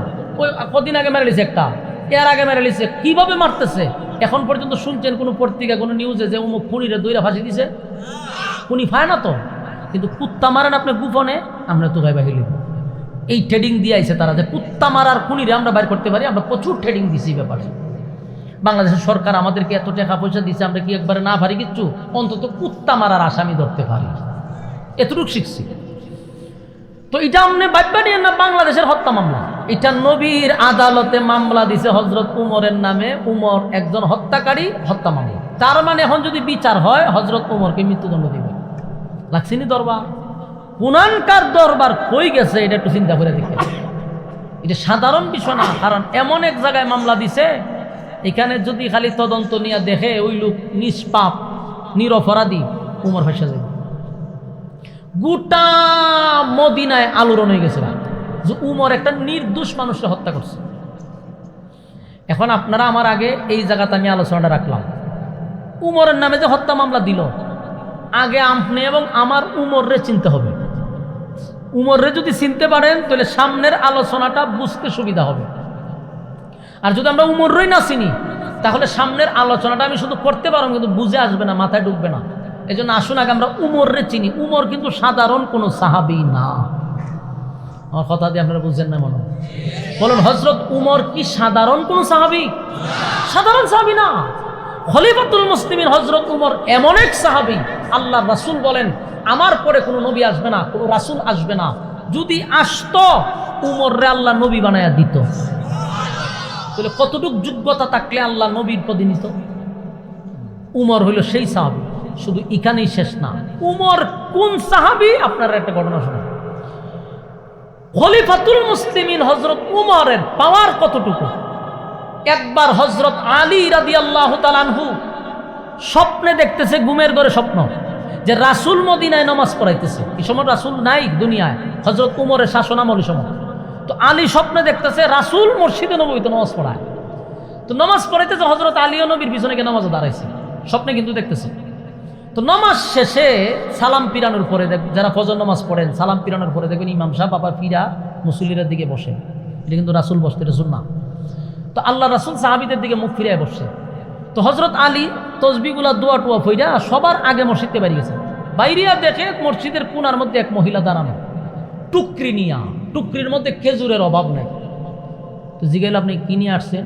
এই টুকরিটা রাসূলুল্লাহর কাছে দিবা, নবীরে বলবা যেন সব সাহাবীদের মধ্যে বন্টন করে দেয়, আর নবী খায়, আর আমার বাগানের জন্য যেন দোয়া করে। প্রথম বাগানের খেজুরটা নবীরে দিছে।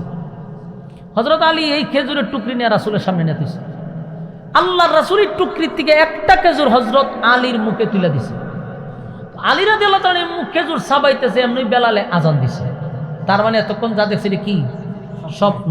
কিন্তু হযরত আলী রাদিয়াল্লাহু তাআলা বলেন, আমি ঘুম থেকে জাগ্রত হইয়া দেখি নবীর স্বপ্নে দেওয়া সেই খেজুর আমার মুখে এখনো আছে। সুবহানাল্লাহ।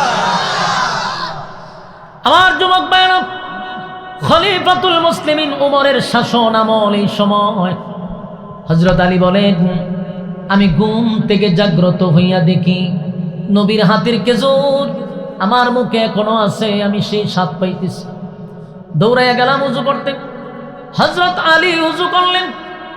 উযু করার পরে দৌড়াইয়া মসজিদে নববীর মধ্যে গেলেন। গিয়া দেখে ইমামতির মুসল্লায় হযরত উমর দাঁড়ায় আছে। উমরের ইমামতিতে সাহাবায়ে কেরাম নামাজে দাঁড়াইছে। হযরত আলী গিয়া পিছনে দাঁড়াইল। নামাজ শেষ, সালাম পিরানোর পরে হযরত আলী রাদিয়াল্লাহু তাআলা আনহু তাসবিহগুলা পড়ে, দোয়াগুলি পড়ে সবার আগেই মসজিদ থেকে বাহির হয়ে গেছে। বাহির হইয়া দেখে সেই মসজিদের কোনায় মহিলা দাঁড়ায় আছে।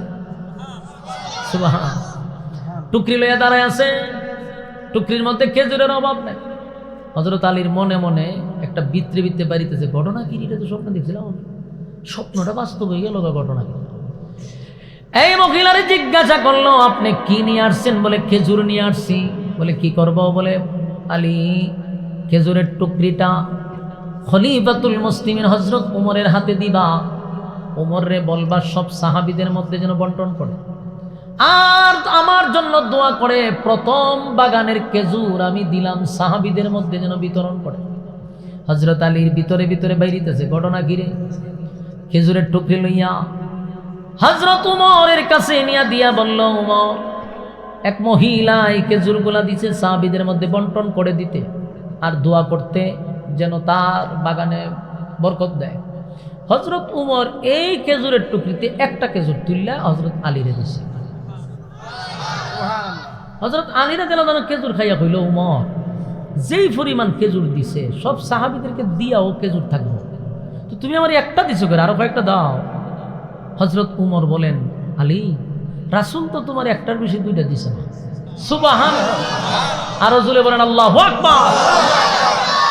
হযরত আলী রাদিয়াল্লাহু তাআলা চোখগুলি বড় বড় হয়ে গেছে, কারণ হযরত আলী বলেন এই ঘটনা পৃথিবীর কেউ জানার কথা না, এটা তো আমি জানি, স্বপ্নে দেখছিলাম আমি।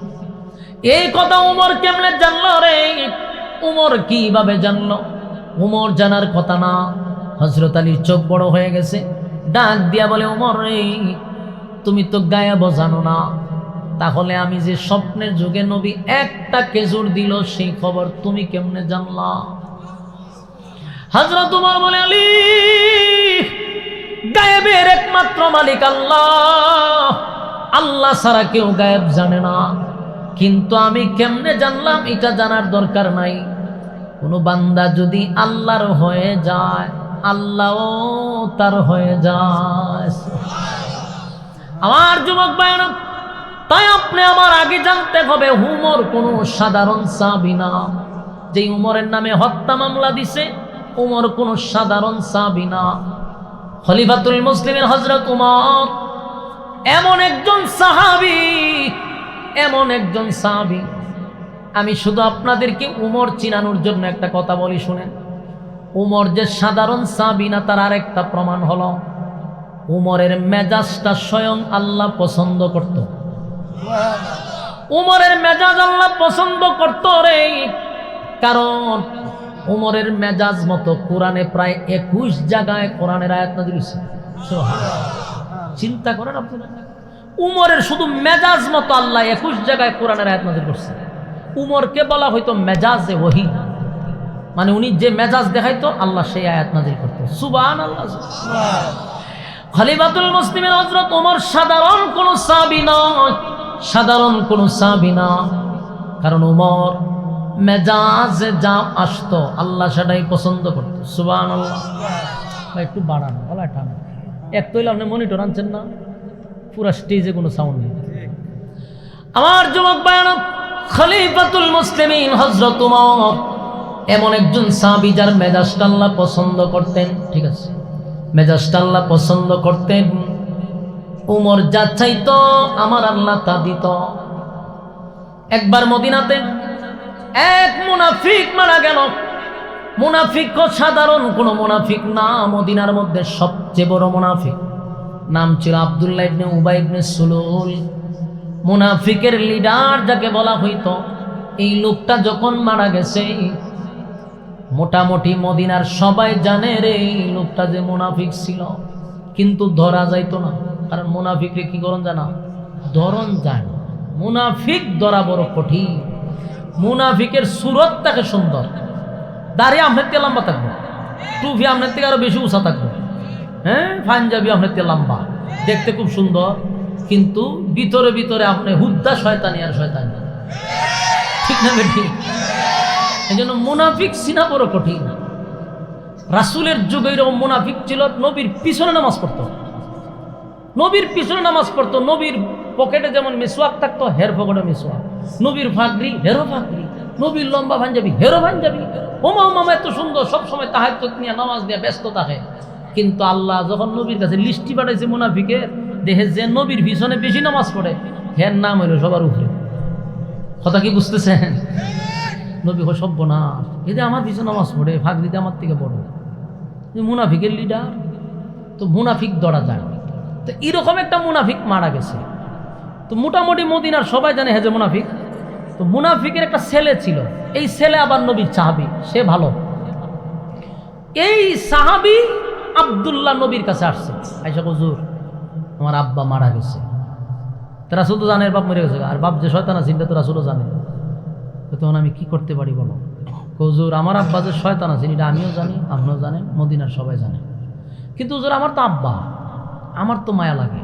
বাপ তো খারাপ হইলে তোর মায়া লাগতেছে। আমার বাপ যে এই হালতে মারা গেছে, আমার বাপ যে শয়তান আছে এটা আমিও জানি, আপনিও জানেন, মদিনার মানুষও জানে, কিন্তু এই হালতে যে মারা গেছে জাহান্নামের আগুনে জ্বলবে এটা আমিও জানি, কিন্তু আমার তো মায়া লাগে। তো রাসূল কখন আমি কি করতে পারি? তো এই সাহাবী বলো, হুজুর আমি তো আপনার কলিজার টুকরা সাহাবী, আমার মনের মধ্যে একটা আশা আকাঙ্ক্ষা ছিল, আপনি নবী যদি খালি আমার আব্বার জানাজাটা করে দিতেন, তা আমার মনটা কয় যে আমার আপনার জানাজার বরকতে আল্লাহ আমার আব্বারে মাফ করে দিতে পারে। তো রাসূলের তো মায়া দয়া বেশি, রহমতের নবী। আল্লাহর নবী বললেন, আব্দুল্লাহ আমি জানাজা পড়ে দেওয়ার কারণে যদি আল্লাহ মাফ করে দেয় তাহলে আমার অসুবিধা নাই। আল্লাহ যদি মাফ করে দেয় আমি ওয়াদা দিলাম তোর আব্বার জানাজা পড়ায়া দিব। সুবহানাল্লাহ। আমার নবীর কত মায়া রে, এত বড় দুশ্মন, নবীর দুশ্মন ছিল, ইসলামের দুশ্মন, সে আব্দুল্লাহ মারা গেছে, নবীকে আমি জানাজা পড়ায়া দিব। যেই কইছে জানাজা পড়াবো, আব্দুল্লাহ একটা সেকেন্ড নবীর সামনে বসছে না, একটু দৌড় মারছে। দৌড় মারার কারণ আছে, যদি বসে থেকে আজকে জিবরাইল এখন জানাজা পড়াইন না, আয়াত নাজিল হইছে বোকা।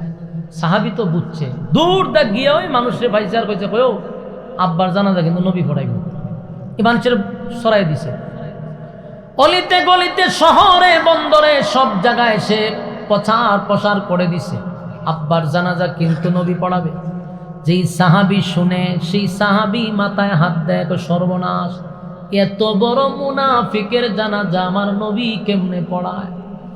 গোটা মদিনার মানুষ তার জানাজায় যাওয়ার কথা না, যখন শুনছে নবী জানাজা পড়াবে, দলে দলে সাহাবীরা জানাজার মাঠে উপস্থিত, তার নবী পড়াবে। খবর পৌঁছে গেছে হযরত ওমরের কানে। হযরত ওমর কোনোভাবেই এটা সহ্য করতে পারল না। ওমরের কথা হলো, মুনাফিকের জানাজা নবী পড়াবে, এটা কিভাবে সম্ভব? না, এটা তো হতে দেওয়া যায় না, হবে না। ওমর রাগান্বিত হইয়া জানাজার মাঠে আসছে, জানাজার নামাজ যেন এটা বাতিল করা যায়, আল্লাহর নবীকে বাধা দিবে যেন জানাজা না পড়ায়। হযরত ওমর নবীর কাছাকাছি যখন চলে গেছে রে, হঠাৎ করে ওমরের মাথায় আসলো নিষেধ করা, আদেশ করা আমি ওমরের দায়িত্ব না, আল্লাহর নবীকে নিষেধ করার দায়িত্ব তো আমার না, আদেশ করার দায়িত্ব তো আমার না, কারণ নবীরে আমি আদেশ আর নিষেধ করতে পারি না। যদি আদেশ করতে হয় আল্লাহ করবে, নিষেধ করতে হয় মালিক করবে। হযরত ওমর প্রথম যে বেগে এবং ছুটে নবীর কাছে গেছিল, আস্তে করে পিছনে চলে আসছে। আমি তো বিশাল বেয়াদবি করে ফেলতাম যদি আমার নবীরে আদেশ অথবা নিষেধ করতাম। কিন্তু হযরত ওমর তাকায় দেখে আল্লাহর হাবিব ওই মুনাফিকের জানাজা পড়ার জন্য জানাজার মাঠে উপস্থিত হয়ে গেছে। এখন নবীর ডাইরেক্ট নিষেধও করতে পারে না, বাধাও দিতে পারে না। কিন্তু হযরত ওমরের ভিতরে কোনো শান্তি নাই। গোটা মদিনার মানুষ জানে লোকটা মুনাফিক ছিল। কেমনে গো আমার নবী এই মুনাফিকের জানাজা পড়ানোর জন্য মাঠে আসছে, নবীরে কিভাবে বাধা দেওয়া যায়? হযরত ওমর কোনো কিছুই তালাশ করে পাচ্ছিল না, পাগলের মতো ঘুরতেছিল, নবী কেন জানাজা পড়াইতে আসলো, ডাইরেক্ট নিষেধ করতে পারতেছি না। হঠাৎ করে হযরত ওমরের মাথায় একটা কোরআনের আয়াত স্মরণ হয়ে গেছে। ওমরের কানে একটা আয়াত স্মরণ হয়ে গেল, সাথে সাথে হযরত ওমর আয়াতটা জুড়ে জুড়ে জুড়ে জুড়ে পড়তেছে। একই আয়াত বারবার রিপিট করতেছে, ইস্তাগফির লাহুম আও লা তাস্তাগফির লাহুম ইন তাস্তাগফির লাহুম ৭০ মাররাতান ফালান ইয়াগফিরাল্লাহু লাহুম যালিকা বিআন্নাহুম কাফারু বিল্লাহি ওয়া রাসূলিহি ওয়াল্লাহু লা ইয়াহদিল কওমাল ফাসিকিন। ইস্তাগফির লাহুম আও লা তাস্তাগফির লাহুম, এই আয়াতটা বারবার বারবার বারবার হযরত ওমর বারবার রিপিট করতেছিল।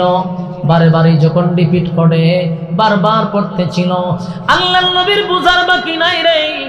ওমর ডাইনে যায়, বামে যায়, সামনে যায়, পিছনে যায়, আর শুধু এই আয়াতটা জুড়ে জুড়ে পড়ে। কেন পড়ে? নবীর বুঝার বাকি নাই। আল্লাহর নবী তখন ডাক দেয়া কয়, ওমর একই আয়াত বারবার কেন রিপিট করতেছ? হযরত ওমর কয়, হুজুর এই আয়াত রিপিট করা ছাড়া তো আমার আর কোনো অপশন নাই। আয়াতের দিকে লক্ষ্য করেন। আল্লাহর নবী কয়, ওমর রে, এই আয়াতের মধ্যে কোথাও তো জানাজার নামাজ পড়াবো না এমন কথা তো নাই। এই আয়াতে আছে আমি নবী যদি 70 বার দোয়া করি মুনাফিকের জন্য, আমার আল্লাহ বলছে আপনার নবী যদি 70 বার মুনাফিকের জন্য দোয়া করেন, আমি আল্লাহ আপনার দোয়া কবুল করব না। চিন্তা করেন মুনাফিক কত নিকৃষ্ট। আল্লাহর নবী হাত তুলতে দেরি, দোয়া কবুল হইতে দেরি নাই, কিন্তু সেই নবীর আল্লাহ কয় আপনার নবীও যদি 70 বার দোয়া করেন আমি আপনার দোয়া কবুল করব না, মুনাফিকের জন্য দোয়া করবেন না। চিন্তা করেন মুনাফিক কত খারাপ। সাবধান করে দিলাম, মুনাফিক থেকে সাবধান। মুনাফিক কত খারাপ হইলে আল্লাহ কয় ইস্তাগফির লাহুম আও লা তাস্তাগফির লাহুম ইন তাস্তাগফির লাহুম 70 মাররাতান ফালাই ইয়াগফিরাল্লাহু লাহুম যালিকা বিআন্নাহুম কাফারু বিল্লাহি ওয়া রাসূলিহি ওয়াল্লাহু লা ইয়াহদিল কওমাল ফাসিকিন। এই সমস্ত মুনাফিকদের জন্য আপনি দোয়া করবেন না। তো এই উমর ইয়া একটা বারবার নবীর শুনাইতেছে, আপনার আল্লাহ এটা কইছে, আপনি যখন জানাতে চাইছেন এটা বুঝাইতে চাইতেছে। উমর তার ডাইরেক্ট কইতে পারে না, ওই আয়াত শুনাইতেছে যেন নবী বুঝতে পারে যে মুনাফিকের জন্য 70 বার দোয়া করলে যেখানে দোয়া কবুল হবে না সেখানে আমি আসছি মুনাফিকের জানাজা পড়াইতে। উমর এটাই বুঝাইতে গিয়া বারবার আয়াত করতেছে। রাসূল তো বুঝা লাইছে উমর আমারে কি বুঝাইতো চায়। আল্লাহর নবী বলে, উমর আমার মালিক আমারে বলছে যদি 70 বার দোয়া করি দোয়া কবুল হবে না, কিন্তু উমর রে আমার আল্লাহ এত দয়া মায়া কেন দিল, এত দয়া মায়া কেন দিল? আল্লাহ বলছে 70 বার দোয়া করলেও দোয়া কবুল করবে না, কিন্তু আমি নবীর মনটা চাই 70 পার হইয়া যদি 100 বার দোয়া করি এরপরে যদি আল্লাহ মাফ করে দেয়। সুবহানাল্লাহ। ওমা আরসালনাকা ইল্লা রাহমাতাল লিল আলামিন। আমার নবী দয়ার সাগর, সমস্ত জাতির জন্য রহমত। যেমন বেঈমানের জন্য নবী রহমত, ইমানদারের জন্য রহমত, দুনিয়ার জন্য রহমত, পরকালের জন্য আমার নবী রহমত। সুবহানাল্লাহ। আমার নবী বলেন এত মায়া কেন দিল? আল্লাহ বলছে 70 বার দোয়া করলে দোয়া কবুল হবে না, আমার দিলটা চায় আমি আরো 30 বাড়ায়া দেই, এরপরও যদি আল্লাহ কবুল কইরা লয়। কিন্তু নবীর সামনে ওমর বারবার রিপিট করার পরেও নবীর সিদ্ধান্ত হলো মুনাফিকের জানাজা নবী পড়াবে। কিন্তু হযরত ওমর আসমানের দিকে তাকায় হয়, মালিক বরদাস্ত করতে পারি না, যেই মুনাফিক আমার নবীর বিরোধিতা করলো, যেই মুনাফিক ইসলামের ক্ষতি করলো, যেই মুনাফিকের চক্রান্তের কারণে বহু সাহাবীরা শাহাদাত বরণ করলো, সেই মুনাফিকের জানাজা আমার নবী কেমনে পড়ায়? আমার যুবক ভাইরা, গোটা জানাজার মাঠে সাহাবায়ে কেরাম নবীর সামনে গিয়া কথা বলতে পারে না। কেমনে গিয়া বলবে যে নবী জানাজা পড়ায়েন না? এই কথা তার বলতে পারে না। কিন্তু উমরের সাহস বেশি, এই জন্য উমর যেহেতু রিপিট করতে যায় আয়াত বারবার বারবার একই আয়াত, বারবার একই আয়াত, নবীর বুঝার বাকি নাই, উমর আমারে বুঝাইতে চায়। আমার যুবক ভাইরা, সাহাবায়ে কেরাম জানে যে মারা গেছে সে মুনাফিক, কিন্তু নবী পড়াবে, এখানে কথা বলা যায় না। কিন্তু আশ্চর্যের ব্যাপার হলো গোটা জানাজার মধ্যে আমার নবী একটা আশ্চর্য ঘটনা ঘটায়া দিছে। আশ্চর্য ঘটনা হলো উপস্থিত সকল মানুষ যখন জানাজার মাঠে আসছে জানাজা পড়ার জন্য, আরেকটা কথা আপনারা বলতে আমার স্মরণ নাই, এই জানাজার মাঠে 1000 মুনাফিকও আসছে। কয় হাজার? এরা কিন্তু জানাজা পড়তে আসে নাই, এরা আসছিল জানাজা দেখার জন্য। কেন দেখার জন্য? কারণ তাদের লিডারের জানাজা চলতেছে। এদের কথা হলো আমাদের নেতার জানাজা আব্দুল্লাহর পুত্র মোহাম্মদ পড়াবে। সারা জীবন যার বিরোধিতা করলাম সারা জীবন যার ক্ষতি করলাম সেই নেতার জানাজা মোহাম্মদ পড়াবে, তাহলে জানাজা দেখা দরকার। দেখার জন্য আসছে রে। আল্লাহর হাবিব জানাজার মাঠে একটা আশ্চর্য ঘটনা ঘটায়া দিল। হঠাৎ করে আল্লাহর হাবিব নিজের জুব্বাটা খুইলা, এই জুব্বাটা খুলে নবীজি ওই আব্দুল্লাহ ইবনে উবাই ইবনে সুলুল মুনাফিক তার শরীরে নবীর জুব্বাটা কাপন স্বরূপ পড়ায়া দিছে। সুবহানাল্লাহ। থাকলে বলতে আমার যুবক ভাইয়েরা, নবীর জুব্বা কিন্তু সাধারণ কথা না। বহু সাহাবী হইয়া নবীর জুব্বা পায় নাই। হযরত বেলাল ইসলামের জন্য কত কষ্ট করলো, খাব্বাব কষ্ট করলো, আবু বকর ওমর নবীর কাছের লোক ছিল, কিন্তু নবীর জুব্বা পায় নাই। কথা কি বুঝতেছেন? নবীর জুব্বা পায় নাই, কিন্তু একটা টাটকা মুনাফিক হইয়া আমার নবীর জুব্বা তারে ভরায়া দিছে রে। এই দৃশ্য দেখার পরে উপস্থিত যত সাহাবায়ে কেরাম ছিল, এই দৃশ্য দেখা জানাজার মাঠে পইরা ঘুইরাইয়া কান্না শুরু করছে, আর চিৎকার দিয়া বলে, নবীর সাহাবী হইয়া গো, নবীর জুব্বা পাইলাম না, নবীর জুব্বা পাইলাম না। নবীর জন্য জীবন দিতে প্রস্তুত, কিন্তু নবীর জুব্বা নসিবে জুটল না। একটা টাটকা মুনাফিক হইয়া আমার নবীর দামি জুব্বা তার শরীরে লাগছে। সাহাবায়ে কেরাম কান্না শুরু করছে। এই দৃশ্য দেখে সাহাবায়ে কেরাম সহ্য করতে পারল না। নবীর জুব্বা পায় রে, একটা বেঈমান হইয়া নবীর জুব্বা পায়, কান্না শুরু করছে। উপস্থিত জানাজার মাঠের সবাই কান্না শুরু করলো। কেউ আর নবীর জিজ্ঞাসা করতে পারে না, নবী গো এত বড় মুনাফিক রে যে আপনি জুব্বা দিলেন, কে জিগাইব, কে বলবে? বেয়াদবি হবে, নবীর সামনে কেউ কথা বলে না, কিন্তু কান্না শুরু করছে। নবী বিষয়টা বুঝতে পারছে। এই বেঈমানদের জুব্বা পরানোর কারণে সাহাবীদের মনে একটা কষ্ট। আল্লাহর নবী তখন সবার সামনে দাঁড়ায় বলেন, সাহাবীরা রে শুনো, তাহলে আমি কেন তারে জুব্বা পরাইলাম, জুব্বা কেন পরাইলাম? তাহলে শুনো, বদরের যুদ্ধে যখন বেঈমানদের সঙ্গে যুদ্ধ শুরু হয়ে গেল, বহু সাহাবীরা সেদিন শাহাদাত বরণ করছে। এদের মধ্যে আমার চাচাও শাহাদাত বরণ করছে। কিন্তু এই যে সাহাবীরা শাহাদাত বরণ করলো, জানাজার পরে যে তাদেরকে কবর দিব, শরীরে তো কাপড় নাই, এখন কাপন পাবো কোথায়? কাপড় নাই। অসংখ্য সাহাবীরা তাদের নিজের শরীরের জুব্বা খুলে খুলে ওই সমস্ত শাহাদাত বরণকারী সাহাবীদেরকে তাদের জুব্বা পরায়া দিছে, কাপন স্বরূপ জুব্বা পরায়া দিছে। কিন্তু এদের মধ্যে একজন হইল আমার চাচা। উনি লম্বা, মোটা, স্বাস্থ্যবান, যার তার জুব্বা আমার চাচার শরীরে লাগে না। সেদিন এই আব্দুল্লাহ ইবনে উবাই ইবনে সুলুল আমার পাশেই দাঁড়ায়া ছিল। সেও লম্বা, সেও মোটা। সেদিন শরমে হোক, লজ্জায় হোক, শরীর থেকে তার জুব্বাটা খুইলা আমার চাচারে সে কাপন স্বরূপ পরায়া দিছিল। আমি নবী তার কাছে ঋণী ছিলাম, তার কাছে আমি ঋণী ছিলাম। আজকে আমি আমার শরীরের জুব্বাটা দিয়া আমি আজকে তার কাছ থেকে ঋণ মুক্ত হয়ে গেলাম। সুবহানাল্লাহ। আল্লাহর নবী বলেন, সাহাবীরা শুন, জুব্বা এমনি এমনি দেই নাই, আমার চাচারা সে জুব্বা পরায়া দিছিল, আমি তো ঋণী তার কাছে। আজকে আমার জুব্বাটা দিয়া আমি নবী ঋণ থেকে মুক্ত হয়ে গেলাম। সাহাবায়ে কেরাম এবার বুঝতে পারছে। কিন্তু এই দৃশ্যটা, এই ঘটনাটা উপস্থিত 1000 মুনাফিকরা দেখছে। বলুন, তারা কি জানাজা পড়তে আসছে না দেখতে আসছে? 1000 মুনাফিক জানাজা দেখার জন্য যে আসছিল, তারা যখন এই দৃশ্যটা দেখছে, তাদের মধ্যে বলাবলি করতে লাগলো, হাই রে, কার বিরোধিতা জীবনভর করলাম।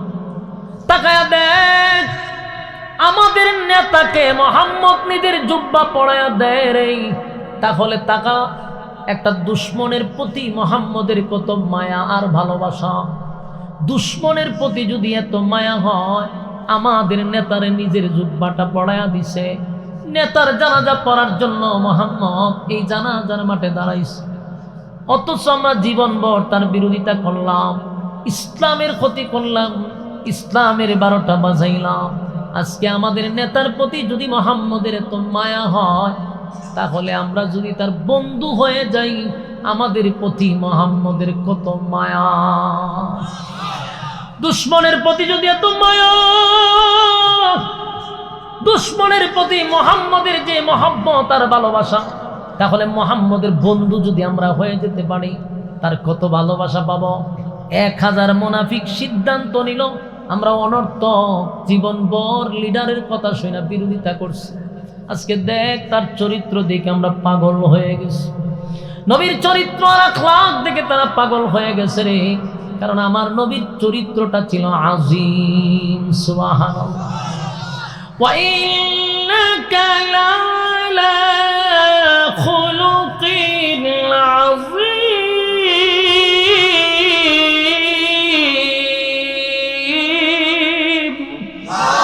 আল্লাহ কয় খুলুক আযীম দান করছি, যেটার মধ্যে কোনো স্পট নাই। সুবহানাল্লাহ। আমার নবীর চরিত্র আযীম চরিত্র। আল্লাহ কয় বন্ধুরে আযীম চরিত্র দিয়া পাঠাইছি। একবার যে নবীর চরিত্র দেখছে রে, পাগল হয়ে গেছে। 1000 মুনাফিক সিদ্ধান্ত নিয়েই ফেলছে। 1000 মুনাফিক আমার নবীর চরিত্র দেখে সিদ্ধান্ত নিছে, আর কোনোদিন ইসলামের বিরোধিতা করব না, আর কোনোদিন ইসলামের বিরোধিতা করব না, নবীর বিরোধিতা করব না। আজকের থেকে আমরা তার বন্ধু হতে চাই। দৌড়াইয়া নবীর কাছে গিয়া কয়, নবী গো, যার জানাজা আপনি পড়াইতে রাজি হয়েছেন, এটা ছিল আমাদের লিডার, আমাদের নেতা, যার পরামর্শে আপনি নবীর ক্ষতি করলাম, যার পরামর্শে ইসলামের 12টা আমরা বাজাইলাম। আজকে সেই নেতার জানাজা পড়তে আপনারা আসছেন। আপনার এই আখলাক, আপনার এই চরিত্র দেখে ওগো নবীজি আমরা বুঝতে পারছি, যা করছি অন্যায় করছি, অপরাধ করছি। আজকের থেকে আমরা আপনার বন্ধু হতে চাই। পরায়া দেন লা ইলাহা ইল্লাল্লাহু মুহাম্মাদুর রাসূলুল্লাহ সাল্লাল্লাহু আলাইহি ওয়াসাল্লাম। বলুন মরছে কয়জন? ঢাকা যাবে? ঠিক আছে, জি ঠিক আছে। বলুন মরছে কয়টা? কালেমা পড়ছে কয়জন? সুবহানাল্লাহ। মরল একজন, কালেমা পড়ল 1000। লাভ না লস? যেই মুনাফিকরা ইসলামের ক্ষতি করলো, তারা ভুল বুঝে 1000 কালেমা পড়ে দিয়েছে। তাহলে একটা মরছে, কালেমা 1000 পড়ছে। সুবহানাল্লাহ। আপনারা কি মনোযোগ আছে? আলোচনা চলতো না, বন্ধ হইতো গা? এবার খেয়াল করে দেখেন, মরছে তো একজন, কালেমা পড়লো 1000। যখন 1000 কালেমা পড়ছে, মোটামুটি সাহাবীদের মধ্যে একটু আনন্দ আসছে। সাহাবীরা খুশি যে যাক, একটার জানাজা পড়তে, যেহেতু আমরা 1000 মুনাফিক কালেমা পড়ে আমরা ইসলামের ছায়ার তলে আসছে, ইসলামের ছায়ার তলে আসছে, তাহলে ক্ষতি নাই। মোটামুটি সাহাবীরা খুশি, সবাই মোটামুটি খুশি। কিন্তু ঘটনা হইল, এতগুলো মানুষ কালেমা পড়লো, সব সাহাবীরা খুশি, কিন্তু হযরত উমরের মুখে কোনো হাসি নেই। উমর খুশি না। খুশি না মুসলমান হয়েছে এই জন্য না, উমরের এখনো ওই জায়গাতেই আছে যে রাসূল কেন তার জানাজাটা পড়াবে। আপনারা মনোযোগ আসেনি? লড়াচড়া করেন না, লড়াচড়া করেন না। আমি প্রথম না কইছি 2 ঘন্টার আলোচনা, আমি 1 ঘন্টায় করব দ্রুত।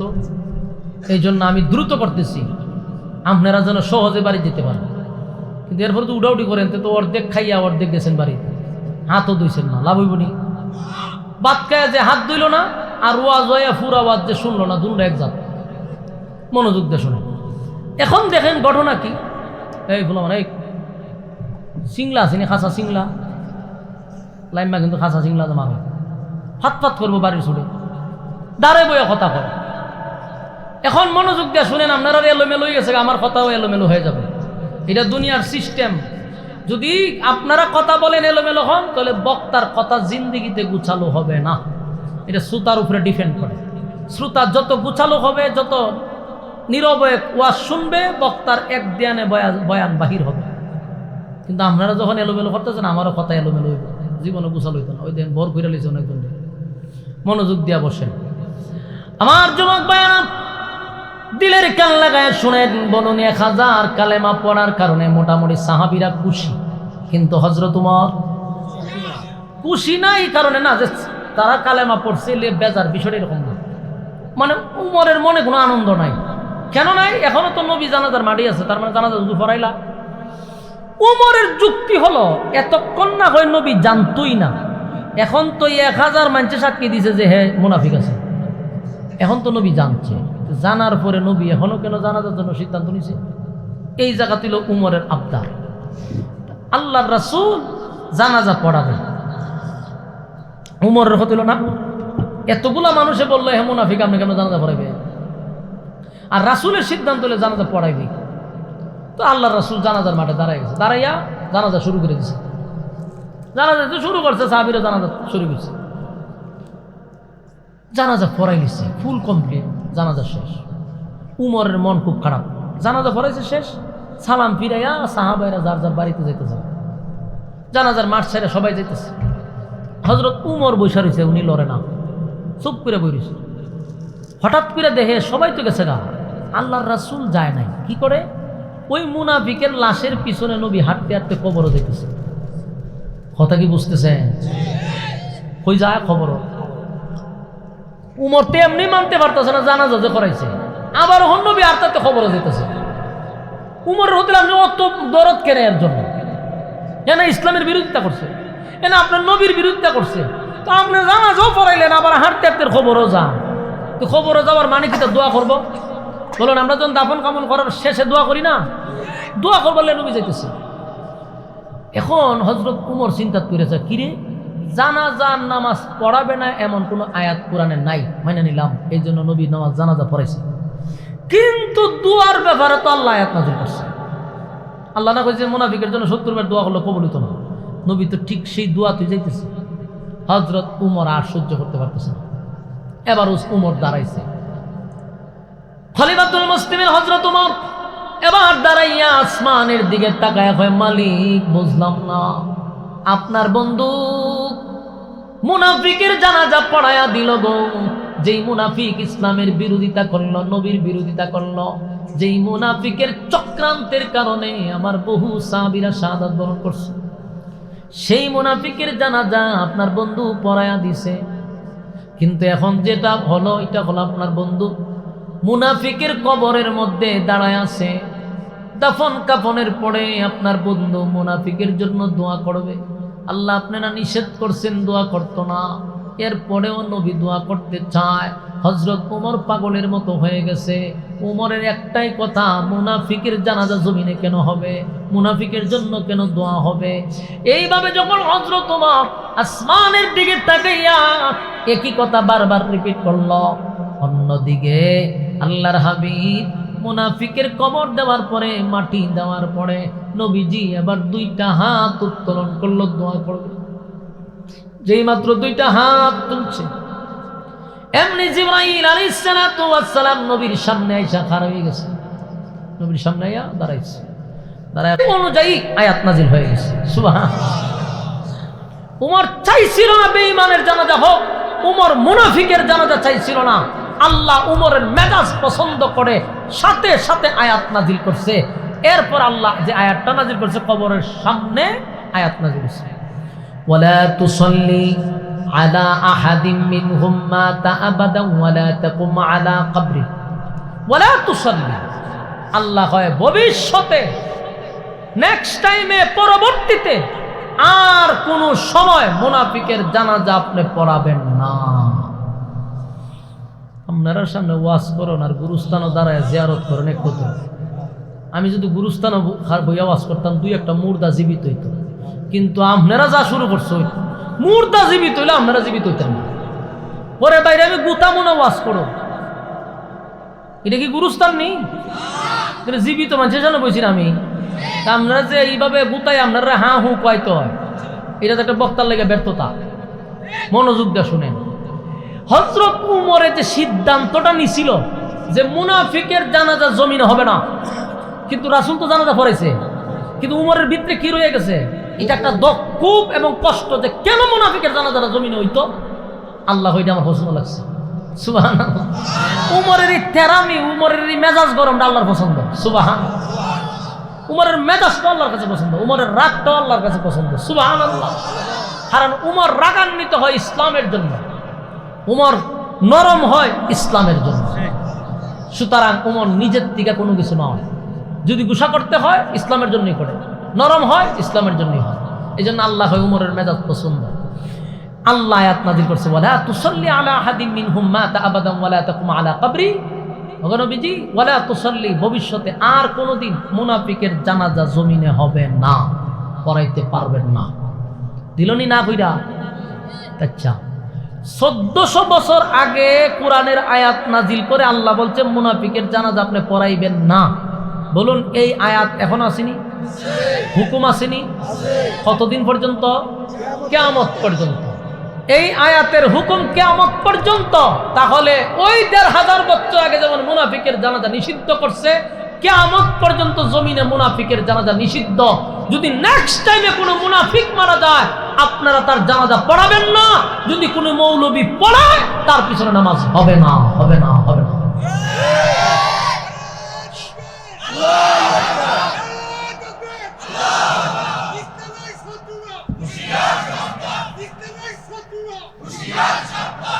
সম্মানিত সুধী, যদি কোনো ইমাম অথবা আলেম জানাজা পড়ায়, কেন তার নামাজ, তার পিছনে নামাজ হবে না? কেন? সে আল্লাহর কোরআনের আয়াতকে অস্বীকার করবে। কথা কি বুঝতেছেন? আল্লাহ বলতে জানাজা পড়াবেন না। যদি কেউ পড়ায়, কোরআনের আয়াত অস্বীকার করলো, সে মুরতাদ হয়ে গেছে, তার জন্য তার পিছনে নামাজ পড়া তো হারাম। কোরআনের আয়াত অস্বীকার করছে। কিন্তু আমরা দেখতে পাচ্ছি বহু মৌলবীরা মুনাফিকের জানাজায় অংশগ্রহণ করে। বহু মৌলবীরা, যাই না রাখবেন, যারা 16 বছর পর্যন্ত ইসলাম বিদ্বেষী কথাবার্তা বলছে, কোরআন সুন্নাহর বিরোধিতা কথাবার্তা বলছে, মাদ্রাসার বিরুদ্ধে কথা বলছে, আলেমদেরকে নিয়ে বিষোদ্গার করছে, ইসলামের শরিয়া নিয়ে বিষোদ্গার করছে, এই সমস্ত মুনাফিকরা এখন সুশীল চাচ্ছে। সুশীল, সুশীল। এরা হইল এই জাতির এখন বুদ্ধিজীবী। এরা বুদ্ধিজীবী নয়, এরা প্রতিবন্ধী। এরা এই দেশকে ধ্বংস করার জন্য বিভিন্ন সময় বুদ্ধিজীবী নামে, যেমন শাহরিয়ার কবির একটা আছেন না, এটা আওয়ামী লীগের বুদ্ধিজীবী আছেন। আর এখনকার কিছু বুদ্ধিজীবী বাড়িছে, এরা রেখে সুশীল। সুশীল। তো এই সুশীলরা এখন বিভিন্নভাবে কথা বইলা বইলা 5ই আগস্টের এই বিপ্লবকে ধ্বংস করছে, ভবিষ্যতে আরো ধ্বংস করবে। তাই আমার একটা কথা হইল, এই দেশ দ্বিতীয়বার কোনো বুইরা খাডাসরা স্বাধীন করে নাই। বলুন, এই দেশ কি কোনো বুড়ারা স্বাধীন করছে? এই দেশ দ্বিতীয়বার ইয়ং জেনারেশন, তরুণ যুবকরা রক্ত দিয়ে দেশ স্বাধীন করছে। দেশ যদি চলতে হয়, যুবকদের ডিসিশনেই দেশ চলবে, বুইরা খাডাসদের কথা দেশ চলবে না। তোরা কোনো এই যুদ্ধের কোনো অবদান তোদের নাই, তোদের কোনো ধরনের অবদান নাই, কিন্তু এই যুবকরা রক্ত দিছে, তাই দেশ যদি চলতে হয় এদের কথাই চলবে। আমার কথা হইল এটা ফাইনাল কথা। সুতরাং যারা এখন সুশীল চাচ্ছে, এদেরকেও মানুষ চিহ্নিত করে রাখছে, সময় মতো, জাগা মতো লাল কার্ড দেখানো হবে। ঠিক না? ঠিক, জাগা মতো লাল কার্ড, কোনো হলুদ কার্ড মলুদ কার্ড নাই। ডাইলের কার্ড লাল দেখাইয়া মাঠ থেকে বের করে দেয়। ঠিক না? ঠিক, হ্যাঁ, লাল কার্ড।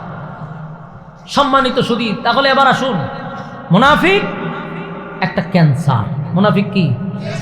মুনাফিকের ক্যান্সার যেমন হাতে যদি ক্যান্সার হয়, তখন ডাক্তার বলে তাড়াতাড়ি হাত কাটেন, কারণ আপনি যদি হাতটা খাইতে বলেন বডিটা সেফ থাকবে। ক্যান্সার যদি পায়ে হয়, আপনার পা খাইতে ফেলাই দেন, কারণ পা খাইতে হলে আপনার বডিটা সেফ থাকবে। এই জন্য ক্যান্সার হইলে খাইতে ফেলাই দেন। মুনাফিক হলো সমাজের জন্য একটা ক্যান্সার। এরা যেই সমাজে ঢুকবে, এই সমাজ ধ্বংস হবে। ঠিক না? ঠিক। এখন আসুন, হযরত উমরের সিদ্ধান্তটা আল্লাহর কাছে এত পছন্দ হয়েছে, হযরত উমরে বলছে মুনাফিকের কোনো জানাজা জমিনে হতে পারবে না। আল্লাহ হয়, আমি আয়াত নাজিল করে উমরের সিদ্ধান্তটা আমি পছন্দ করছি, মুনাফিকের জানাজা আর হবে না, কিয়ামত পর্যন্ত মুনাফিকের জানাজা পড়তে পারবেন না। কথা কি ফাইনাল? এখন এতক্ষণের আলোচনায় কি বুঝলেন? উমর কি আসলে কোনো সাধারণ সাহাবী? আমি শুধু এটাই বুঝাইতে চাচ্ছি যে উমর আপনারা চিনেন। উমর যেই রাস্তা দিয়ে যাইত, এই রাস্তা দিয়ে ভুলও শয়তান গেছে না। অথচ দেখেন আপনি আমার সাথে কিন্তু শয়তান আছে, এটা জানেননি? আমার লোক আছে, আমার লোক আছে, নিশ্চিত তাই না আছে। তো হুজুররার সাথেও আছে, পাবলিকের সাথেও আছে, কথা ঠিক না বেটি? পীর সাহেবের সাথে আছে, একটু বেশি থাকে, সমস্যা নেই। তো এখন কত হইল, শয়তান তো সবার সাথে আছে। কিন্তু মনে করেন এই যে একটা প্যান্ডেলের ভিতরে ঢুকছেন, এখানে হচ্ছে কোরআন হাদিসের কথা, এখানে শয়তান ঢুকতে পারে না, শয়তান ঢুকতে পারে না। এখন কত শয়তান তো ঢুকতে পারছে না, ঠিক কি শয়তানটি গেছে কোন একবারে গেছে গা? না না না না, এটা মরণ পর্যন্ত আপনার সাথে থাকবো। আল্লাহর সাথে শয়তানে ওয়াদাই করছে যে আদম জাতির আমি মৃত্যু পর্যন্ত ছাড়তাম না। তো সুতরাং আমি কোন আর ফির কোন, সবার সাথে শয়তান আছে। কিন্তু কিছু কিছু মজলিসে শয়তান বসতে পারে না, তাহলে শয়তানগুলো তাই প্যান্ডেলের বাইরে। শয়তান কোথায় থাকে? তো এখান থেকে আপনি যেখানে বসে রয়েছেন এর কিন্তু মুডেও ভালো লাগতেছে না, তার মুডেও ভালো লাগতেছে না যে আমি তারে সব সময় রাখি আখাম কুখামের মধ্যে, হে আমারে তুই বসছে দিনই মজলিসে, এটা কি শয়তানের ভালো লাগতেছে? তখন আপনার কাছেও আসতে পারতেছে না, করেটা কি? দূর থেকে আপনার রিমোটে কন্ট্রোল করে, এখান থেকে আপনার ভিতরে ওয়াসওয়াসা ঢুকায় আপনার ভিতরে একটা আনে যে হুজুরে তো ওয়াজ লম্বা করতেছে, দুইটা টান দিয়ে আয় পড়ো, এরকম ভিতরে একটা তৈরি করে। তখন দেখবেন এক দুজন আস্তে করে উঠতে জায়গা, যখনই উঠতে জায়গা তখন বুঝবেন বর করে রয়েছে। কি করছে? তখন কেউ উঠলে আপনার ভাই মানছে ছায়া থাকবো, সব বনা ইজ্জত পেয়ে যাই তখন।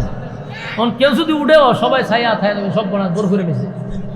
তো শয়তান দূর থেকে রিমোটে কন্ট্রোল করে আপনার উঠায় গেল একটা। 2 নম্বর হইল শয়তান তো আর এখানে বসতে পারতেছে না প্যান্ডেলের বাহিরে। এখন প্যান্ডেলের বাহিরে যদি কেউ যায়, এর খান্দে তো আগের থেকে একটা, আর এতগুলো মানুষের শয়তান এরা যাইতে গিয়া বয় আর গাদবে। তো 10টা-15টা যখন তার খান্দ বয় তখন এর স্বাভাবিক থাকে না। তখন দেখবেন একবার যা উগানো, একবার যা দুগানো, একবার যা প্যান্ডেলের কাছে, একবার মানে মুড কোথাও শান্তি নাই। প্যান্ডেলের ভিতরে ঢুকে না, বাড়িতেও যায় না, খালি গুরুর উঠে আছে। কারণ এর ভিতরে শান্তি, এখানে একটা বইছে না তো 15টা বইছে। এই জন্য আমি আপনাদেরকে বলি, মুনাজাতের আগে আল্লাহর রাস্তায় উঠছেন না, উঠলি বর করে নিচ্ছেন। কি তখন আপনারা মনোযোগ দিয়ে শুনেন। হযরত উমর যেই রাস্তা দিয়ে হাঁটতো, শয়তান ভুলেও যেত না। অথচ দেখেন মানুষের সাথে শয়তান থাকে, উমর যে রাস্তাতে গেলে শয়তান থাকে না, উমরের সাথে শয়তান আছে। সর্বনাশ, উমরের শয়তানও ডরাইতে হতো, সর্বনাশ উমর আইতেছে। সেই উমর সাধারণ কোন সাহাবী ছিল না। সুবহানাল্লাহ। অর্ধ পৃথিবী উমরের আঙ্গুলের ইশারায় চলছে, অর্ধ পৃথিবী দেশ চালাইছে উমরের। সেই খলিফাতুল মুসলিমিন হযরত উমরের নামে হত্যা মামলা, বলুন কিসের মামলা? ইয়াদ আছেনি? হযরত ওমরের বিরুদ্ধে হত্যা মামলা দিছে রে, তাও সাধারণ কোন জায়গায় না, নবীর পার্লামেন্টে দিয়া দিছে হত্যা মামলা। নবী হইল বিচারক, উমর হইল অপরাধী। মামলা তো বড় গরম, চতুর্দিকে ছড়ায়া গেছে উমর একটা নির্দোষ মানুষকে হত্যা করছে। নবী তদন্ত করছে, তদন্ত কইরা স্পেশাল ভাবে তদন্ত করছে, কইরাও দেখে একটা নির্দোষ মানুষকে উমর হত্যা করছে। এখন ঘটনা হইল উমর তো নির্দোষ মানুষকে হত্যা করার কথা না, কিন্তু তদন্তে, নবীর তদন্তে বাইরে আইলো নিষ্পাপ মানুষকে হত্যা করছে। কারণটা কি জানেন? এটা এমন একটা সমস্যা, এটা দেখা যায় না। বলুন এটা কি করা যায় না? বাস্তবে দেখা যায় উমর অপরাধী। ঘটনাটা এরকম হয়ে গেছে, যারা মারছে সে আসলেই কোনো অপরাধ করে নাই। বলুন আসলেই কোনো অপরাধ? তো উমর মারছে একটা নির্দোষ মানুষে, ঠিক না? তার তো অপরাধ নাই, কারণ বিচার একজনের পছন্দ হয়েছে না আরেকজনের দ্বারা লয়ে গেছে, এটা তো অপরাধ না। কিন্তু উমর তো তারা হত্যা করছে। এখন গোটা মদিনায় ছড়িয়ে গেছে গা যে উমর একটা নির্দোষ মানুষকে মেরে গেছে। তো তখন তার সাংঘাতিক আছেন না, সাংঘাতিক বুঝেননি? এই যদি ভালো বুঝেন, আমার থেকে এরা আপডেট, প্রতিদিন আপডেট হইতো। তো সাংঘাতিক ছিল না, সাংঘাতিক থাকতো আরো সমস্যা হইতো। আমরা বাংলাদেশের সাংঘাতিক, বাংলাদেশের সাংঘাতিকরা ওখান খবর পাইতেছে, বিভিন্ন সময় নিউজ করতেছে। আর 16 বছর নিউজ করছে কি জানেননি? কোন নায়িকা কটার সময় বাথরুমে গেছে, কোন সময় বাথরুমতে বাইরেছে, কোন শাড়ি পরছে, কেমন লাগে তারে, কয়টা প্রেম করছে, ব্যাকআপ হইছে, আবার লাগছে। এই হলো তাদের নিউজ 16 বছর। এই ছিল তাদের নিউজ করা। দেশের মানুষ জেলখানায় যাইতে যাইতে জেল পুরা বইরা গেছে গা, গুম হইতে হইতে দেশ শেষ। কিন্তু এদের নিউজ হইল ফরিমনি কিতা করছে। 5 মিনিট কেন বাথরুমে দেরি করলো, এটা নিয়ে গবেষণা শুরু করছে সাংঘাতিকরা, যে উনি 5 মিনিট কেন দেরি করলো বাথরুমে। এই হলো তাদের নিউজ।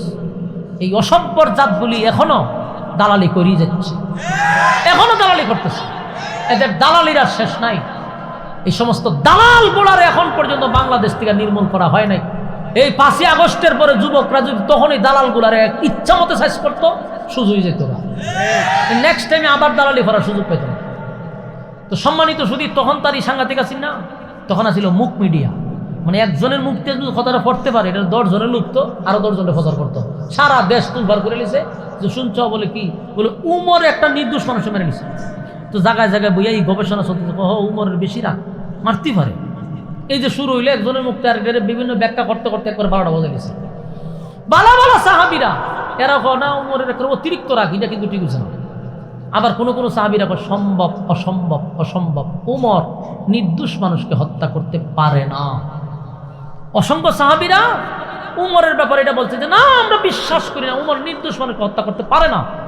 আবার ওই যে কিছু দুর্বল ইমানদার আছে না, এরা দয়ে বইয়া বইয়া জায়গায় জায়গায় হইতে দেখো না, এটা বেটা ঠিক করছে না, ওটার বেশি কার রাখ, এলে একটা মানুষ এইভাবে হত্যা করে লায়। এই শুরু হইল সমালোচনা আলোচনা করতে করতে এটা একেবারে পুরা হেডলাইনে বসে গেছে। আল্লাহ রাসূল হলো বিচারক, নবী বারবার তদন্ত করে দেখতে যে অপরাধী তো উমর, এই লোকের তো কোনো দোষই নাই। এখন এটা তো শরিয়া আইন, হত্যার বদলা হত্যা, মামলা তো খুব ফাঁসে গেছে, উমররে গ্রেপ্তার করছে, উমররে গ্রেপ্তার করে নিচ্ছে। আমার যুবক বায়না গোটা মদিনা এলারা পড়ে গেছে, উমর গ্রেপ্তার হয়ে গেছে, উমর রে লইয়া গেছে আদালতে, সেখানে বিচারের পর বিচার হচ্ছে। আল্লাহর নবী হলেন প্রধান বিচারক এবং দেশের রাষ্ট্রনায়ক। নবী যদি খালি একটু খালি সাইন দেয় সাথে সাথে ফাঁসি, মৃত্যুদণ্ড, কোনো কথা নাই, কারণ হত্যার বদলা হত্যা। আল্লাহর হাবিব নিজেও চিন্তিত হয়ে গেলেন। চিন্তিত এই কারণে হয়েছে না যে আমার দলের লোক মেরে লিতেছে এই জন্য চিন্তিত না, রাসূল চিন্তা করতেছে উমরের কামটা করলো কি, উমর রে তো ইসলাম নিজে নিজে কবুল করে নাই, আমি উমর রে আল্লাহর কাছ থেকে ছায়া আনছি। সুবহানাল্লাহ। আমার যুবক বায়না, উমরকে নবী নিজে আল্লাহর কাছ থেকে ছায়া আনছে। আল্লাহর কাছে নবী দোয়া করছে, আল্লাহ আমি উমর রে চাই। তাই উমর তরবারি লইয়া আসছিল নবীরে মারার জন্য। নবীর দুয়ার বরকতে তরবারি ফালাইয়া মাথা নবীর নিচে দিয়া দিছে, নিজেই মাথা নবীর পাওয়ার কাছে দেয়া, আমি গর্দান দিয়া দিছি আপনারে, অথচ তরবারি লইয়াছি নবীর গর্দান নিত, এই জায়গা নিজের গর্দান চালাইছে। এটা হলো নবীর দুয়ার পাওয়ার। সুবহানাল্লাহ। আল্লাহ নবী দোয়া করছিল, মালিক উমর রে চাই, তাই আল্লাহ উমর রে দিয়া দিছে। সেই নবী চিন্তায় পড়ে গেছে, উমর তো নিজে নিজে কালেমা পড়ে নাই, আমি না আল্লাহর কাছ থেকে ছায়া আনলাম, উমর এই কামটা করলো কিনা। সমস্ত সাক্ষী প্রমাণ একত্রিত হইয়া উমর অপরাধী। উমর, সাহাবায়ে কেরামদের মধ্যে অনেকেই কান্না শুরু করে দিছে, কান্নার রুল পড়ে গেছে। বড় বড় সাহাবীরা কান্দে আর কয় না, কোনো এক ষড়যন্ত্রে হযরত উমর ফেঁসে গেছে। উমর নির্দোষ মানুষকে হত্যা করতে পারে না, কারণ উমর একজন বিচক্ষণ ব্যক্তি, যে কোনো কাজ করে বুঝা শূন্য ঠান্ডা মাথায় করে। যদিও রাগ, কিন্তু রাগ হইল যেটা করে এটা সঠিক কাজ করে। একটা নির্দোষ মানুষকে হযরত উমর কোন কারণে মারবে, এর যুক্তিতে ধরে না। যাই হোক, যুক্তিমুক্ত তো দিকে লাভ নাই। আদালত দিল সাক্ষী প্রমাণ, সাক্ষী প্রমাণ 100% উমরের বিরুদ্ধে। রাসূল এখন রায় দিবে। আল্লাহর হাবিব হল বিচারকের আসনে, উমর হইল অপরাধীর কাঠগড়ায়। এবার নবী খালি একটা সাইন দিবে, এমনি কিন্তু 12টা বেজে যাবে। যেই মাত্র আল্লাহর হাবিব রায় দিবে, এমন সময় নবীর সামনে জিবরাইল দাঁড়ায় আছে। জিবরাইল হুজুর, বিচারক আপনি, অপরাধী হইল উমর, আপনি বিচার করে রায় দিলেই উমরের মৃত্যুদণ্ড হবে। আগে নবীজি, কিন্তু জানেননি বিচারক এবং অপরাধীর মাঝখানে একজন উকিল লাগে। সুবহানাল্লাহ। মামলা লড়ার জন্য একজন উকিল লাগে গো। আপনি বিচারক, উমর হইল অপরাধী, আর আজকের এই মামলা যিনি লড়বেন স্বয়ং আল্লাহ, আজকের এই মামলার উকিল। আমার যুবক ভাইরা, উমর সাধারণ কোন সাহাবী নয়, উমরের মামলা আল্লাহ স্বয়ং নিজেই লড়তে চায়। আল্লাহ যদি উমরের মামলা লড়ে, বলুন নবী কি কোনোদিন রায় দিতে পারবে? আল্লাহ যদি নিজে উকিল হইয়া ওমরের পক্ষে মামলা লড়ে, নবীর কি ক্ষমতা আছে যে রায় দিতে পারবো? আল্লাহ কয় বন্ধু কোনো অসুবিধা নাই, আপনি বিচারক বানায় দিলাম, আমি আল্লাহ উমরের পক্ষে উকিল হয়ে গেলাম। দেখি আপনি কেমনে রায় দেন, আমি আল্লাহ নিজেই মামলা লড়বো। সুবহানাল্লাহ। আল্লাহর সাথে সাথে তখন আমার তেলাওয়াত কি তো আয়াত, বলুন সূরার নাম কি? মাশাআল্লাহ, আয়াত নাম্বার, এই সূরা নিসার 65 নাম্বার আয়াত আল্লাহ তখন নাজিল করে দেয়। জোরে কোন সুবহান। এতক্ষণের আলোচনায় সূরা নিসার 65 নাম্বার আয়াত কেন নাজিল হয়েছে মনোযোগ দিয়ে শুনেন। যেই মাত্র হাবিবে কিবরিয়া হলো বিচারক, ওমর হইল অপরাধী, আল্লাহ এখন উকিল, আল্লাহ তখন সূরা নিসার 65 নাম্বার আয়াত নাজিল করে বলেন, ফালা ওয়া রাব্বিকা লা ইউমিনুনা হাত্তা ইউহাক্কিমুকা ফীমা শাজারা বাইনাহুম সুম্মা লা ইয়াজিদু ফি আনফুসিহিম হারাজাম মিম্মা কাদাইতা ওয়া ইউসাল্লিমু তাসলিমা। আল্লাহ বলেন ফালা ওয়া রাব্বিকা, আপনার রবের কসম, আল্লাহ তার রবের কসম, আল্লাহ বলেন আপনার রবের কসম, নবী গো আমার কসম করে বললাম, ফালা ওয়া রাব্বিকা, আপনার রবের কসম, ওমর কোন নির্দোষ মানুষকে হত্যা করে নাই। গোটা মদিনার মানুষ জানে রে ওমর একটা নির্দোষ মানুষকে হত্যা করছে। নবীর তদন্তে আসলো উমর একটা নির্দোষ মানুষকে হত্যা করছে, সবাই জানে উমর এই নির্দোষ মানুষকে হত্যা করছে। আল্লাহ কয় ফালা ওয়া রাব্বিকা, আপনার রবের কসম, উমর কোনো নির্দোষ মানুষকে হত্যা করে নাই, কারণ উমরের রাটারের মধ্যে যা ধরা পড়ে সবার রাটারে তা ধরা পড়ে না। উমরের সামনে যখন যেই লোকটা গেছিল, নবীজি গোটা মদিনার মানুষ জানে লোকটা মুসলমান, মুখটা মুসলমান, কিন্তু আদর্শে মুসলমান ছিল না, সে ছিল একটা মুনাফিক। দেখছেন এই মুনাফিকে কত বড় দরবার লাগাইছে। সে মুসলমানের বেশ ধরে, মুসলমানের সঙ্গে উঠা বসা করতো, মুসলমানের মহল্লায় চলতো, নবীর পিছনে নামাজ পড়তো, এত বড় দরবার লাগাইছে। আল্লাহ কয় বন্ধু ফালা ওয়া রাব্বিকা লা ইউমিনুনা হাত্তা ইউহাক্কিমুকা ফীমা শাজারা বাইনাহুম সুম্মা লা ইয়াজিদু ফি আনফুসিহিম হারাজাম মিম্মা কাদাইতা ওয়া ইউসাল্লিমু তাসলিমা। যেই লোকটা আপনি নবী বিচার করে দেওয়ার পরে তার কাছে বিচার পছন্দ হয় না, সে কোনোদিন মুসলমান হতে পারে না। কথা হয় না? দিলের কান লাগায় শুনেন, যেই লোকটাকে আপনি নিজে বিচার করে দিলেন, আপনি নবী বিচারক, সে আপনার বিচারটা এখানে মেনে রাস্তার মধ্যে গিয়া কয় আপনি নবীর বিচার পছন্দ হয় নাই, সে আর যাই হোক মুসলমান হতে পারে না। মুসলমান হতে এই স্বভাবের মানুষ, এই চরিত্রের মানুষ আমার সোনার বাংলাদেশ অভাব নাই। কথা হয় না? নিজের দাবি করে আমি মুসলমান, মুসলমানের নাম, মুসলমানের ঘরে জন্ম, মুসলমানের সমাজ, মুসলমানের গ্রাম, সব মুসলমান, কিন্তু নবীর সুন্নাহ তার ভালো লাগে না, নবীর শরিয়া ভালো লাগে না, কোরআন হাদিসের কথা ভালো লাগে না, কোরআন সুন্নাহ অনুযায়ী জীবন যাপন করতে তার ভালো লাগে না। জেনে রাখবেন, কোরআন সুন্নাহ যদি আপনার ভালো না লাগে, নবীর বিচার যদি আপনার পছন্দ না লাগে, আপনি যা হতে পারেন কিন্তু মুসলমান হতে পারেন না। নামে মুসলমান দিয়া সমাজের মধ্যে আপনি বসবাস করতে পারেন, আল্লাহর আদালতে আপনি হলেন সবচেয়ে বড় মুনাফিক। ঠিক না বেঠি? এই চরিত্রের মানুষ আমার আপনার সমাজে আছে, আপনাদের এই গ্রামেও আছে। নিজেরে মুসলমান দাবি করলেও কোরআন সুন্নাহ তার ভালো লাগে না, নবীর সুন্নত অনুযায়ী জীবন যাপন করতে ভালো লাগে না, নবীর ইতাআত করতে ভালো লাগে না, অনুসরণ অনুকরণ করতে ভালো লাগে না। আল্লাহর নবীকে আল্লাহ বলেন আর যাই হোক সে মুসলমান হতে পারে না। এখন আমি এই লোকটা যখন আপনার বিচার পছন্দ হয় নাই, সে উমরের কাছে গেছে বিচার লইয়া, উমরের সামনে দাঁড়ায় যখন বলছে আল্লাহর নবী বিচার করে দিছিল আমার পছন্দ হয় নাই, যেই বলছে নবীর বিচার আমার পছন্দ হয় নাই, উমরের রাটারে ধরা পড়ছে সে আর যাই হোক মুসলমান না, সে হলো একটা মুনাফিক। তাই ওমর চিন্তা করছে মুনাফিক মানেই হলো ক্যান্সার। বলেন মুনাফিক মানে কি? ক্যান্সার যদি শরীরে থাকে ওই জায়গা খাইটা ফেলাইতে হয়। ওমর চিন্তা করছে এই লোক যদি বেঁচে থাকে তাহলে সমাজে আক্রান্ত করবে, ইসলামের 12টা বাজাইবে। তাই ওমর ক্যান্সার দূর করার জন্য তারে হত্যা করছে। ওমর হত্যা করছে কারণ সে মুনাফিক। উমরের কথা হলো যদি ইহুদি ব্যক্তি বলতো নবীর বিচার পছন্দ হয় না রে, আমি মাইনা নিতাম। তুই না মুসলমান, তোর কাছে আমার নবীর বিচার পছন্দ হয় না, বললিটা কি? আমার দেশের মুসলমানরা দাঁড়ায় যখন কয় নবীর সুন্নাহ ভালো লাগে না, নবীর সুন্নাহ অনুযায়ী চলতে তার ভালো লাগে না, কোরআন সুন্নাহ ভালো লাগে না, আমার মেজাজ গরম হয় যে তুই আর যাই হস মুসলমান নয়, তুই মুনাফিক। নবীর বিচার পছন্দ না হলে তুই মুনাফিক। সম্মানিত সুধী, আল্লাহ তার রাসূলকে স্পষ্ট বক্তব্য দিয়া বলছে উমরের সিদ্ধান্তটাই চূড়ান্ত সিদ্ধান্ত। বন্ধু, উমরের মেজাজটা যে আমার পছন্দ, উমরের মামলা আমি আল্লাহ স্বয়ং লড়লাম। কেন? উমর যেই অর্থে তাকে হত্যা করছে গোটা মদিনার মানুষ জানে সে মুসলমান, আদৌ সে মুসলমান ছিল না। আপনি এখন তদন্ত করেন, তার বাপ ভাই সবগুলো রেখে আনেন, আইনা তাদেরকে বিচার করেন, মূলত তারা আসলেই কি মুসলমান? একটাও মুসলমান না, সব মুনাফিক।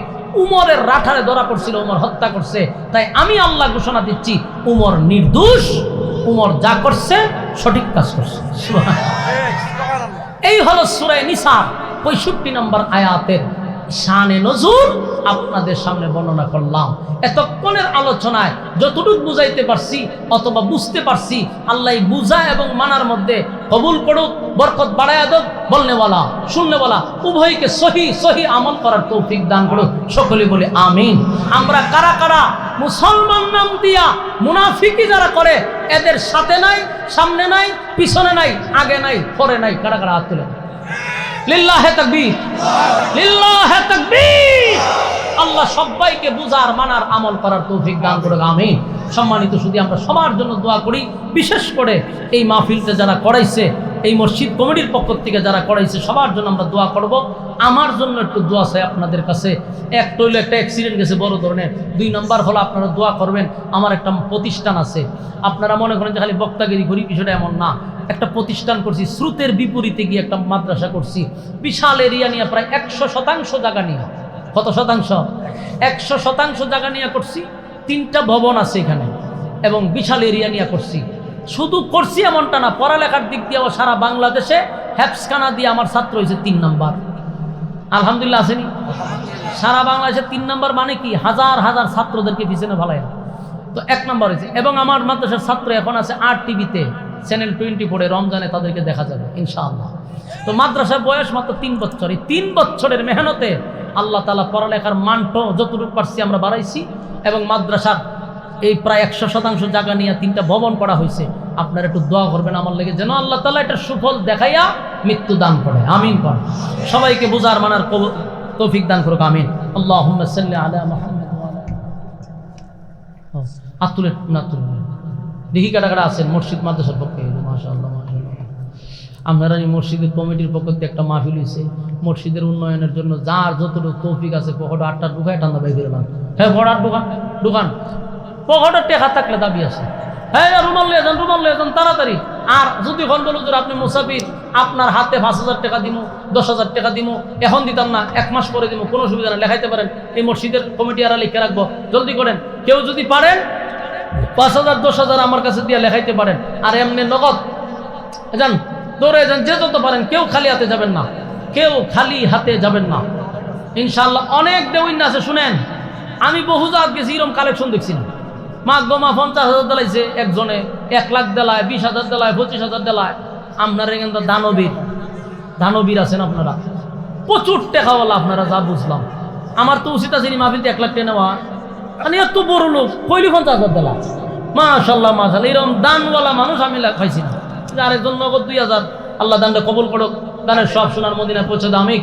ভাইয়ের হায়াতে আমলে বরকত দান করুক। তাই মাশাআল্লাহ, মাশাআল্লাহ, আল্লাহ কবুল করুক। মাশাআল্লাহ, মাশাআল্লাহ। আপনাদের দেবিদ্বার তো আমি থেকে গেছি, এখানে অনেক পরিচিত আছে। আমি বহু আগে একবার মনে হয় গোবিন্দপুর আয়া গেছিলাম, অনেক আগে, প্রায় 10-12 বছর আগে, 10 বছর না, 12-13 বছর আগে। আইসা গেছিলাম, মাশাআল্লাহ। জি আবারও আসবেন ইনশাআল্লাহ। জি ইনশাআল্লাহ, ইনশাআল্লাহ আল্লাহ তাআলা বিজয় আমাদেরকে দিবে ইনশাআল্লাহ। সম্মানিত সুধী, আমি আপনাদের এখানে 12, 13, 14 বছর আগে একবার আইছি। আমি দেবিদ্দার উবাইদি সাহেবের কাছে পড়ছি, আবার জয়পুর আলিয়া মাদ্রাসাতে পড়ছি। তো এই সময় পড়ালেখার সুবাদে আপনাদের দেবিদ্দারে আমি মসজিদ ও খতিবগিরি করতাম। ওই সময় প্রথম এদিকে আসছি 17 সালে। হ্যাঁ 17 সালে 16 সালে আইসা গেছি। এখন আমরা পাই না আর কি। আর এখন আপনার এখান থেকে গিয়া 64 জেলা, শুধু দেশ না তো বিদেশও যাই। মাঝে মধ্যে আমার মতো ব্যক্তির বেড়ান কেমনে নেগা বিদেশ কিতা হইবেন, ওয়াজন বলে লয়ে যাগা। তো দেশ না বিদেশও প্রোগ্রাম করি, দোয়া করবেন ইনশাআল্লাহ। 64 জেলা আল্লাহ ঘুরাইছে, দেশের বাহিরেও নিছে প্রোগ্রামের সুবাদে। তো এরপরও আপনারা যে আমার স্মরণ রাখছেন এটা অনেক কিছু। তবে আমি যা বুঝলাম গোবিন্দপুর আইসা আপনাদের এলাকায় দানবীর আছে, আপনাদের মন বড়। এই যে হুজুরে এই সময় কালেকশন করছিলাম, হুজুরে কয় আর দেয়। আল্লাহ কবুল করে গান। এখন কেউ থাকলে মোনাজাতের আগে জলদি 5,000 10,000 যে পারেন মোনাজাতের আগে দিয়া দোয়া করলে কবুল হয়। জলদি ওই যে একজন আনতেছে টাকা, জলদি করেন, জলদি যতটুক পারেন জলদি করেন। আল্লাহ কবুল করে আমিন। ও আচ্ছা খাওয়ান আছে, মাশাআল্লাহ। না আমি তো প্রথমে বলছি যে মাশাআল্লাহ আপনার মন বালা, দিল বড়, কলিজা বড়। দেখছেন আপনারা কত মহব্বত, আপনারা ওয়াজ শুনতে আছেন, আপনারা খাওয়াইও দিব। মারহাবা কন্যা কেটে তাবারকের ব্যবস্থা করছে, এটা কমিটি আপনাদের প্রতি আলাদা একটা দরদ মহব্বত। খাইয়া যাবেন এলিত্তি করি লড়ে না কেন। আচ্ছা যাক, মাশাআল্লাহ। এই খাতার মাতাল লইয়া বইয়ে থাকেন ইনশাআল্লাহ, খাতার করেন। এই লাইন ধরে বইয়ে যান গা, মোনাজাতের ভিতরে লাইন ধরে লান, নামাজের সুরতের লাইন ধরে লান। আল্লাহ কবুল করে গে। মাশাআল্লাহ লাইন ধরেন। আল্লাহুম্মা সাল্লি আলা মুহাম্মাদিন ওয়া আলা আলি মুহাম্মাদ কামা সাল্লাইতা আলা ইব্রাহিম ওয়া আলা আলি ইব্রাহিম ইন্নাকা হামিদ